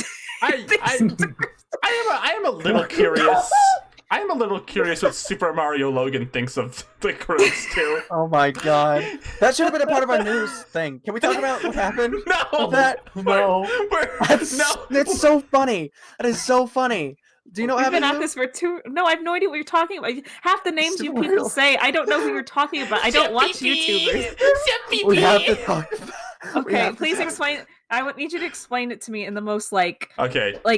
as if I know nothing, but not too much. Like I don't need to know everything. All right, let me break it down. Super Mario Logan is a plush Mario YouTube channel. He makes videos about Mario plush characters going on adventures. He's been doing this since he was like 13, and it was cute and charming when he was like 13, just having fun. But now it's like a whole business thing, and it's like basically teetering on like a Spider-Man Elsa Anna type thing, where the videos look like very cutesy and like friendly in the thumbnails, but the videos are actually like South Park-esque, like horrible little things. Like they swear, they say like slurs or like about like horrible things, like, but they're very much advertised towards kids. Like they have like lunch boxes, like school supplies you can buy on the official website, and like the main joke is like it's an autistic kid.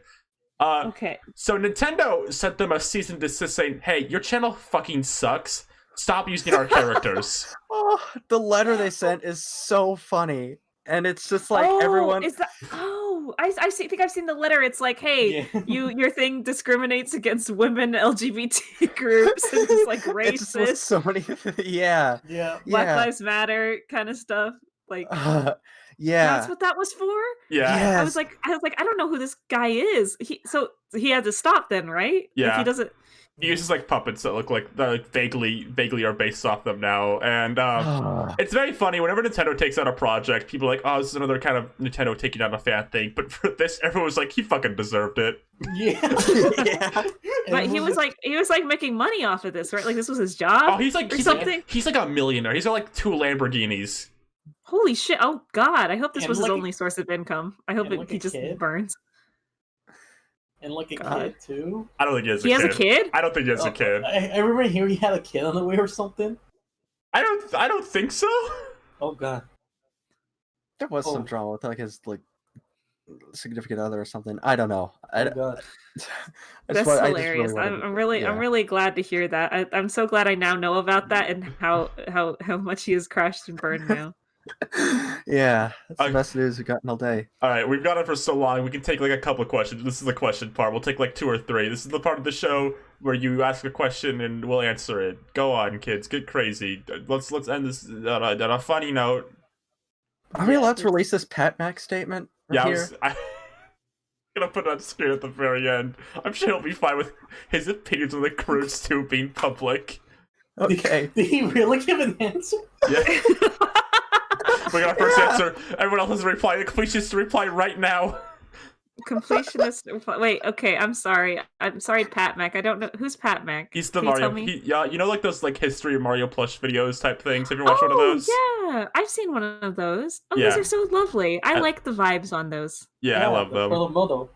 Yeah, I love the puzzle mobile. I think I'm subscribed. Like I said, I don't watch a lot of YouTube people, but I've seen some of those. Those are good videos. Good job, Pat Mac. I don't know who you are, but I like your videos. I hope Pat Mac knows that the joke about Proto is the funniest thing anyone's ever said ever. What do you want out of Paddington 3? Okay. Everything. I want.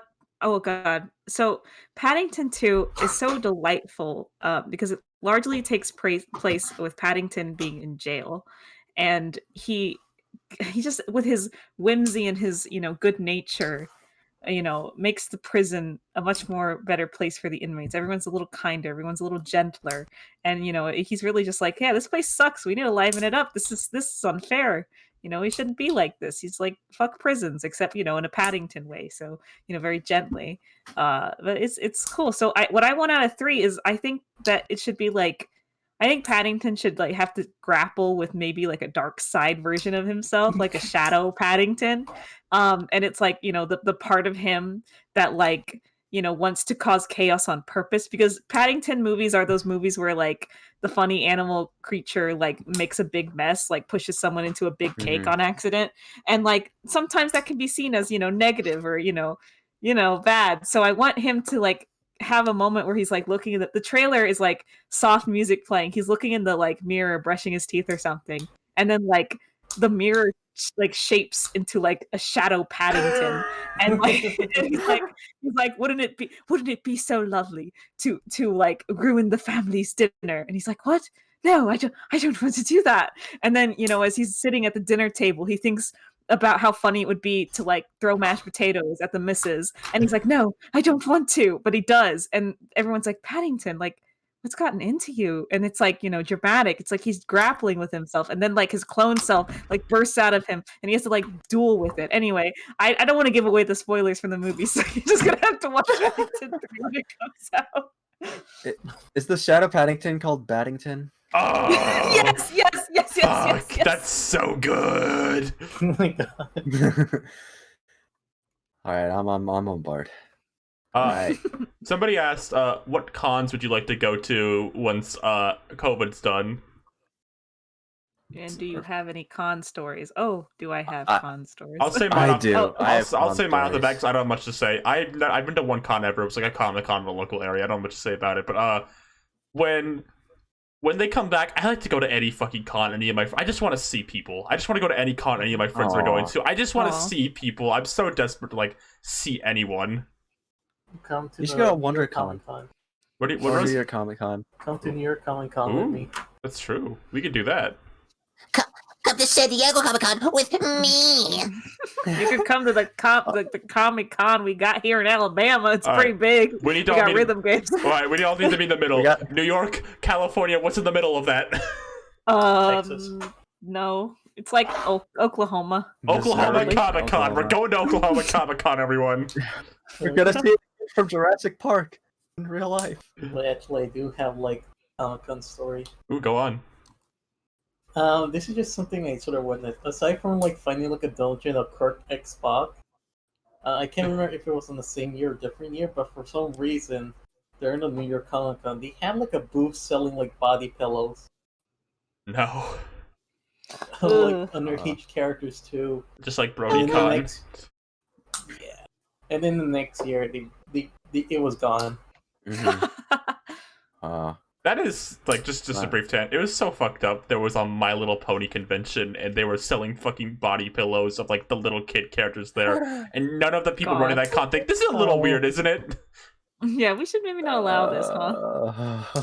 You should hear about other like Brody Cons disasters.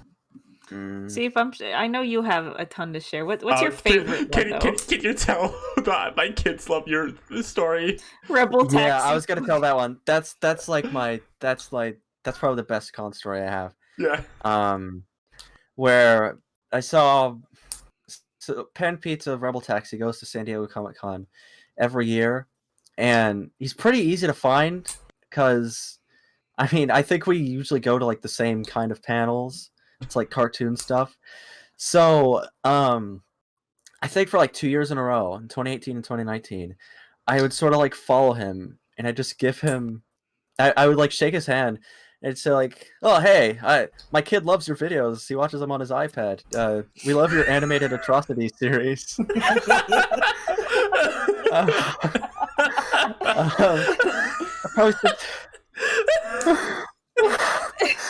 I probably walked up to him like 3 different times and said that to him. I was dressed as Captain Toad one of those times. And so if you, in like his Comic-Con 2019 coverage video, I think, you can see there's one moment I gave him like a little like piece of paper where I wrote that message on it. It said like, I love my kids love your videos on their iPad. And I drew a little picture of myself, and he put that in the video. Like, so I'm in. If you watch that for like 3 seconds, you can see my little message for Pan Pizza. I'm immortalized in Rebel Taxi canon. Oh my god. I Yeah. got a question about Rebel Taxi. Yeah. It looks like he smells. Does he smell? That's so That's mean. well, I don't know. Comic-Con, when you're like indoors at Comic-Con, there's kind of always a smell, I think. Yeah, I'm not gonna say he smells. I don't know what he smells like. I didn't try. I just want to know if he If smells. I ever get not another how he smells. opportunity, I wouldn't want to Get know what he smells like. I just Get a wanna big know. whiff. Just really soak Yeah. him in. I'll just go like up to his ear. I'll get arrested. It's not a weird I- thing. Someone I- just asked. Oh god. Yeah. Well, I've been to a ton of cons. I've been going to them since I was like pretty young, which is probably not great, but cons. I've been going to a lot of anime cons, which is not great for a young child. One of my fondest, earliest memories of a con is going like standing in line to get my like pass thing. I was like, I don't know, 12 or something, and there was like a bunch of Hetalia cosplayers. Oh no! And like I was just like, I don't know what that is, and then I soon found out what it was because they were very loud. But I have I think 2. One for a more recent, and then the con I went to actually like right before things started to shut down. I went to like a con that was really cool. It had like a really big arcade room with like a bunch of like rhythm games, a big taiko drum machine, which I was really into because I've only ever played the home console version, which is fine, but you know it doesn't compare to the real thing. And I went to a Rob Paulson panel because he was there. And I sat kind of in the front. And one of the funniest things he said in that entire thing is like, I think somebody asked him a question like, you know, what's a role that, you know, people ask you about a lot and like you're kind of annoyed about. And he said, I shit you not, he's like, yeah, there was some character I voiced like ages ago. I don't know like what his deal is, but people always ask me about him and I don't Is it care about Bubsy? him. I don't know anything. And he was like, it's like some like Bubsy, I think. And everyone fucking like lost their minds. They were just like laughing. He was like, I don't know who that is. Why does it matter? And, like I did one voice like 20 years ago and I like people won't stop asking me about it. I barely remember the character's name. I just think that's Didn't one of you ask Tom Kenny about elf bowling once? That was Seep. Yeah, I have a phone recording of him talking about working on elf bowling. He said he went to this guy's house and it was like really shady to like record lines for Rapple, the rapping elf.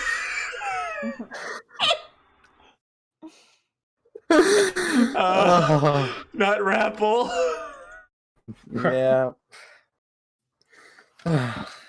I have another one that's kind of just I feel like a general like a strange experience I had. So I went to a Dragon Ball convention called Kamea Con, Ooh. and I cosplayed as a character, and I prepared myself in advance. This was the second time me doing this cosplay. The first time I did it at some like anime convention, and not enough people recognized it because it was like a kind of more obscure Dragon Ball character. So I knew I was safe.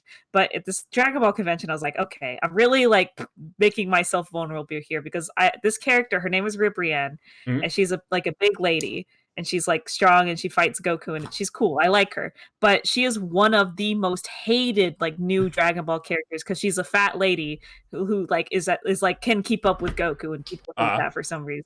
But I love her. I think she's really great. So I cosplayed as her and I like really put a lot of effort into it. And I was like, okay, here's the big day. I'm gonna, go out there as Ribrianne. I'm gonna like hopefully not be like killed. And because people, you know how, I don't know if you know how Dragon Ball male fans can be, like they're weird, and they just like, if it's not if the woman character isn't sexy to them, then they just like think she sucks. So I was like, I was actually getting some good reception, and I was like feeling really good. And I was standing around waiting for my friend to get out of something. And like some people were passing by, and like one of them was like, yo, like, hey, your costume's really cool. And I was like, oh, thank you, the usual con stuff. And they're like, yeah, I really, really hate that character, but the costume's cool. And I like looked at them and I was like, well, I really like the character. That's why I dressed up as her. Like, why would you say that, buddy? Yeah. It was so baffling. It's like people have no like no respect. No respect. It's like, Yeah. I just don't understand it. Like, if you don't like a character, just don't like comment on my cosplay. Like, it's like I had the whole face paint on and the stupid little costume on, and I'm just like, okay, thanks. The day was made though, but I went it's like the artist alley, like merch booth places, and there was these guys there who were like, I don't know, I think they were like promoting a gym or something, which I thought was kind of funny. And they were like dressed up as like Goku or something, and they looked at me and they said, oh my god, can we get a picture with you? Oh my god. And there's just these two ripped dudes, and they made me stand behind their booth and I took a picture with them. I just had good memories for that. So that was, so there's good and there's bad, but I will not be returning to the Dragon Ball convention. Because what's his face was there too. Vic what's his face. Oh no. That was awful. I hated him. Oh man. Lou, can I ask you Sure. a con question? Yeah. This is something I've been meaning to bring this up for a year and a half now. Why? Okay. Lou, you and I, we've been on like several podcasts since then. Every single time I've wanted to bring this up, but I just forget. Because it was Halloween night of 2019. Oh boy. And I got a package in the mail. Oh my god. It was from Lou. This happened. No. It was so like spooky. They were like, you were talking to me about like, oh, can I get your address? Can I really I really need your address. I really need to send you this thing. Like, oh, could you remind me to send you this? This must have been going on for months. And I don't think I've ever like really publicly said what this is. Maybe I did once, like, a while ago. But I haven't done on any like public like podcast-esque forum. I open this package up. Well, first things first. Yeah. I open it up and it's like covered with like sticky notes that say like beware or something like that, with like ominous messages taped all over. I think it was something like the curse is now yours or something, like I was passing along something very like disturbing and like evil to you. It was just covered in these, and I was peeling off these sticky notes, and it was slowly revealing a Nostalgia Critic Reloaded DVD. Not just that, signed by Doug Walker.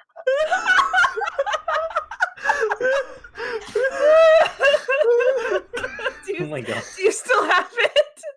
I'm holding it in my hands right now. Oh my god. Dun, dun, dun. It has little art of it. It has little like Doug Walker MS Paint art in it. It's true. I'm just like kick-ass character. Oh my god.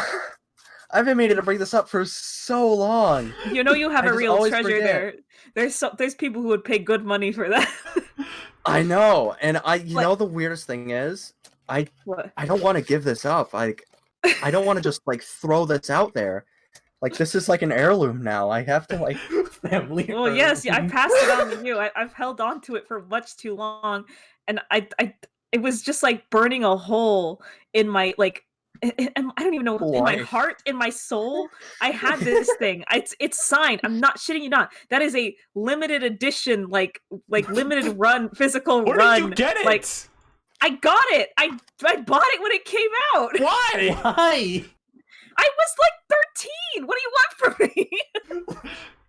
How much You were was it? 13, huh? Oh, it says this material on this DVD is strongly suggested for people over the age of 18. Watch out, I did. kids. You know what? I've never Okay, even you watched the must- damn thing. I didn't watch it.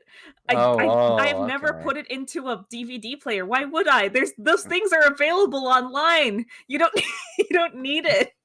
But you could. But Do they have special features like the special live review of Twilight Breaking Dawn 2? I have not watched that. You can watch it though. You have the DVD. But yeah, Yes, I have. this is something I've had for a really, really long time. And I didn't know what to do with it because it felt kind of like a waste to just like throw it away, you know? Yeah. This has Like- Ego Raptor in it. I didn't even. It says Ego Like, Raptor you and Doug can't- best nostalgia critic moments. Yeah, you can't just throw it away. Like I didn't know what to do with it. And then what was that? 2019. I must have been moving at the time, and I was like getting rid of a bunch of stuff. Like I was literally like donating stuff, and I was like, "What do I do with this?" And I thought I should give it to Seep. And I just wanted to give it to you, and I kept forgetting, and I had to be like, I was like, please remind me to send. I gotta send you this thing, and I didn't want to tell you what it was because you wouldn't. I don't know. It would ruin it. Like Yeah. somehow. So I'm and then when I glad was you like didn't. packing, I was packing it in like this, I don't even remember, it was like a little envelope thing or a box, I don't even remember. And I was like, okay, but it's gonna be lame if they just open it and like there it is. And I just like looked to the side and there was just a shit ton of sticky notes. So I just grabbed them and started slapping them over the box and like writing on them furiously. And then I shoved it into the packaging and I didn't look back. It's yours now. Congratulations. I got a question. Yeah. Yeah. So it has Egoraptor, right? Yeah. Yeah. Which it does it have? Is it like the Egoraptor era when he looked GNC as fuck? Yeah, it is. Man! It is. It's pre Aaron Hansen got a scar on his face, and so he has permanent like facial hair to cover it. You're all gonna try me. You're all insane. He did look. He did. He did at one point. This show is entering the threshold that I think this is like where we got when we started talking about like Kirby character political alignments. Where it's Wait, surpassing I the have a point. question. Where... Yeah? How long do these episodes usually go? Like 2 hours? That is almost 3 hours. I realized this, yes! Should we stretch this out for another 16 minutes? Just to say like Yeah, this why is our not? 3-hour Yeah. episode. Sure, I guess It's a so. 3-hour special. That's what we were. That's the whole thing we were saying like before this happened because like we had like so much news to cover. Like we'd say like this is going to be the longest podcast ever. I will say, I will say, see, it is really funny because we have had you on my gym partners podcast like multiple times, and I've Yeah. been on this. I've been on Ready to Start This is your third. once or twice. This It's is your my third time now. And then we also have done like the Luigi's Mansion stream stuff. Like Yeah. it is, and then we've also been on calls together, and you've never mentioned this, like, like ever. Like you've never talked about receiving it. I almost like if you hadn't said it now, I think it would have left my memory. I don't think I would remember it. So God. I'm really glad you brought it up. It's history now. I'm Remember so me. glad. It was just the perfect storm of like it just happened to be like on my mind, and then you happened to be our guest on this episode that happened to be on this day. Like if things didn't align like this, we could have been sitting on this for another like 7 months until I brought this up. Like, And when you're featured in the Speakle eventually. Hey, which movie Yeah. would you want to watch? Let me know. Me? Yeah. Yeah, well, how about all of you? Yeah, if you had to Oh. come on the Speakle and watch Oh, like God. a sequel movie, which one would you want to watch? It'd have to be Ice Age, probably. I've like built Ice Age as part of my brand at this point. It'd have to be Ice Age, probably. The Doug Okay. Walker movies. Which one? The Doug Walker movies. Oh, I do that too, but I don't want to expose anyone to that. Do that. Would you do that on the Speakle? Does that count? No, I don't think we would. Oh, okay. I They think- have what are the- sequels, or at least I think right, hey, one Doug movie. hey, Rose and Seep, we should start a podcast called Evil Speakwell, and that's what we do. We just do Wait, like how many open seasons are there? Are there 3? there's like 4, I think. Yeah, we'll probably honestly. do open season. If there's our requirement is that there has to be at least 3 movies. Yeah. So if there's 3, then we'll do open season probably. I don't know what movies are there. I'd have to like look at a We huge have a list huge then. well, we have a huge list in our server. I can give you some just kind of ideas of like generally what Yeah. we've been looking at. Okay. Like, okay, so kind of on the docket is we're trying to stay away from like, you know, Toy Story and Oh, like yeah, fair Kung enough. Fu Panda, like stuff that's super well known, and it's just like because then it'd just be us talking about like, oh, these movies are good. We definitely are Yeah. gonna do the High School Musical trilogy Oh, because I really yes. really like those movies. All the Beverly Hills Chihuahuas, Alpha and Omega, Ice Age is on there for sure. Oh, thank God. We're thinking about maybe doing the Saw franchise, but we don't know. We're still working on that because there's like 8 of those. I do want to bring my something God. up. I do want to bring something up. There are 3, count them 3, Rugrats movies. Oh, you know, I could talk about Rugrats. That's something I Okay. could do. All right, Yeah. yeah, we can totally do that. We have the. I just see a note here that says Fred movies. Did Fred have 3 Yep, movies? yep. Yes. Okay, Yep. well then that would be one of them. Definitely. right. I could also do Child's Play. Okay, sure. That would be fun.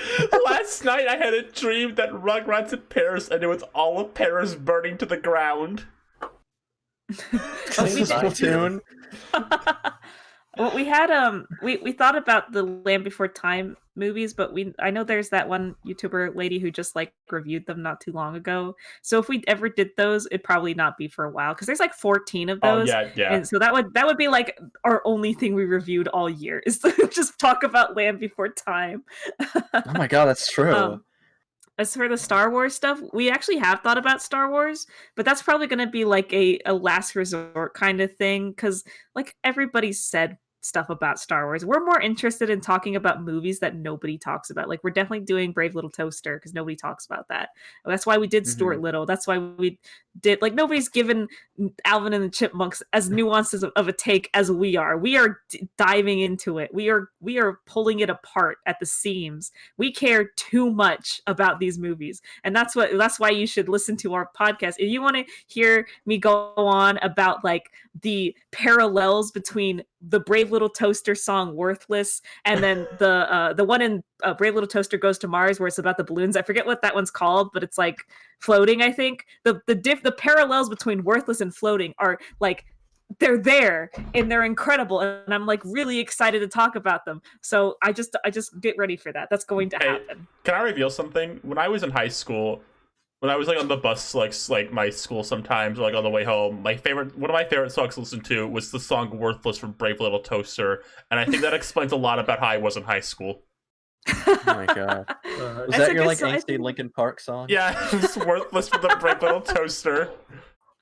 I adore Brave Little Toaster, and I just want to give these like we take them too seriously, but in a way that I think is kind of just it's fun. I really like talking about these kinds of dumb movies and trying to take them seriously, even though like we're giving them way too much credit. But it's a fun time. So and we'd love to have any one of you 3 on it anytime. I'd be delighted to talk about any. I love stupid baby films.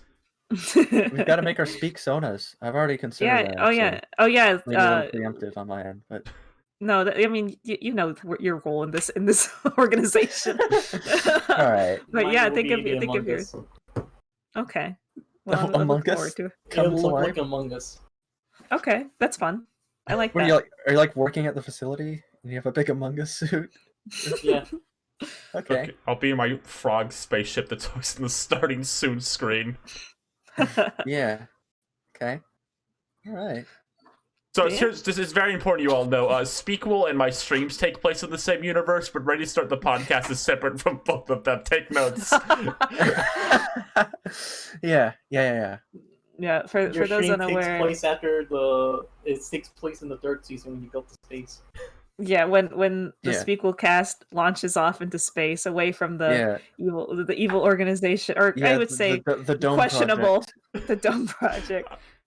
Yeah, our podcast takes place in our own little world we've created. It doesn't really have anything to do with what we talk about, but it's a setting piece. So if you'd like to, if you like weird kind of like 70s sci-fi vibe stuff. That's kind of the vibe of the Well, podcast right now. not to like, bring the curtain up. There was a point in time where I considered like making both the owner of the theater for this show and like an employee, like having them as characters who just kind of exist in the theater that we quote unquote do the show in. I'm like, is that too much? Is that too much for a stupid little Scooby Doo No, thing? no, absolutely not. The employee name is Skim and Seep. No, Skin and No, definitely. No, that would be really fun. No, it's fun to create little stuff like that, and that's why we made a whole there's like lore in the background of our podcast that we just don't talk about. I love the dedication to that. I feel like we have lore, but it's when like we sign off. But it's like the dumbest lore in the world. We're like, oh, we live in a movie theater, and also the movie theater can go time travel, and it will get launched into space in a dome. And there's a Skin of Seep. He's a character who exists. I feel like I need to write a document about the Skin of Seep. I got a question. Yeah. Huh? What does the Skin of Seep look like to you people? Oh, that's a good question. I that SpongeBob episode where like Plankton walks around Sandy's skin? That's what kind of I imagine looking like. That's the exact mental image I had too. Or like a Furby, like when you take the fur off. Oh my god. Something like that. I think it's sort of like, it's like a kind of ghost. You know. I'm a metaphorical skin. Remember, let's all take a trip down memory lane. Remember when Schnozmo was the big joke of the show? Isn't he not? We've evolved so far past Schnozmo at this point. No, Was that the first thing we ever said? That was like one of the first things we've done was Schnozmo. Man. Oh, are you gonna put up that Pat Mac thing on the screen? I guess I should, yeah. We're nearing the end. I might as well do that now before I forget. We can always bring Schnozmo back. Do we need to? What more can you do with Schnozmo? He's a meme character. He's a meme bait character. Yeah. Is it? What's that word? Oh. Here we go. I've seen it. Sorry, go on. I've seen it once. I remember not one thing about it. However, I know that Croods 2 is the first financially successful film post-COVID, so it's got that. We got our first Croods 2 review. Woo! Thank you, Pat Mac. Thanks. The first Croods 2 review ever made. Nick is asking, what is the lore behind the Otis fan? Well, if you want to know that, you have to meet me in the barnyard. I wish there were 3 Barnyard movies. Oh, God. Me too. Technically, the 2 seasons. 2 seasons. Oh, let me look at my... Oh, you know what? News we didn't talk about. Yeah? The title, the official title for the Sonic the Hedgehog movie what is sequel it? Oh, what has is been it? revealed. What is it? All right. What is it? All right, get ready for this. The title is Sonic the Hedgehog 2. Fuck yes! Fuck yeah! Yeah. That's pretty progress. Yeah. Do you think Sonic will be in it? No. You want some news? Yeah. You want some exciting news? Yeah. Twitter suspended me. What is it this time? That's why when I made the tweet announcing this, I had to say Lou of Speakquel instead of adding your Twitter. Instead of adding my main Twitter, which got suspended because of something so stupid. I'm so mad about it. I'm working on getting it back. So my @ is like @KingDDD. Like, that's my @ that's me. But if you go to it right now, it's suspended because they DMCA'd a video I made like 2 or 3 years ago, and it's like I made a meme video like using clips from the anime Kaiba, which is a really, really great anime. It's on Crunchyroll. Check it out. It's like one of those animes that doesn't have an official English dub, and for like a really long time was like hard to watch. Like you had to buy like back alley like like anime DVDs to watch it. But it's great. But anyway, I made like a really stupid like meme video like, using clips from it. Like I'm talking like like the SNL short sketch where it's like dear sister, and then he keeps getting shot. I made that, but with Kaiva clips, because there's some like scenes in it that like fit it really well, and I thought it was funny. I posted it on Twitter, and then 2 or 3 years later, I get DMCA claimed, and they fucking suspend my account for it. I'm so mad. I got that with a Rickroll video once. Really? The people who flag like Twitter videos for copyright have to be the most like stingy, because with like I'm pretty sure it's not like robots like YouTube. I think someone like has to manually like find stuff like that and flag it for copyright. And that's why it's always stuff that's years old. And it's like, I feel like things on Twitter can be so disposable once they're that old that it's like, what threat does this pose to anyone? Yeah, like why are you bothering? Like and now I'm just have to I'm sorry, just some big and I just have to like sit and wait for them to respond to me so I can get my account like back. And like I'm just like, man, this sucks. Like I'm gonna have to wait for days for them to reply to me, and then I'm gonna have to go through all my videos and like delete everything so that they can never do this to me again. No. Yeah. But yeah, that's my exciting news. I got DMCA'd on Twitter once because I posted images from that Johnny Yes Papa video meme that was going around, making a conspiracy theory that my mom and dad got divorced, and they DMCA'd my post. Well, you were telling the truth then. They were scared of the truth. Yeah. Well, thank you for everyone who's watched our longest podcast ever. I was wrong. Thank you so much for thank you so much for just being around for whatever the hell was going on. Like 3 hours. I want to grow up to be like you. Jolly good show. Jolly good show. Okay, everyone goes, we can be heroes just for one day. Jolly good show. I'm gonna be king. This is over. Lift that sword up, Shormy. We can only get 20 seconds. 20 seconds. Alright, thank you everyone who came to the hit podcast. Ready to start the podcast. I fucking hate this big world image. Thank you for coming to the show. Thank you for coming. Thank you for staying. Thank you for watching the show. Bye. It was a fun time. Spoon, spoon, spoon, June, June, June. Spittoon, spittoon, spittoon.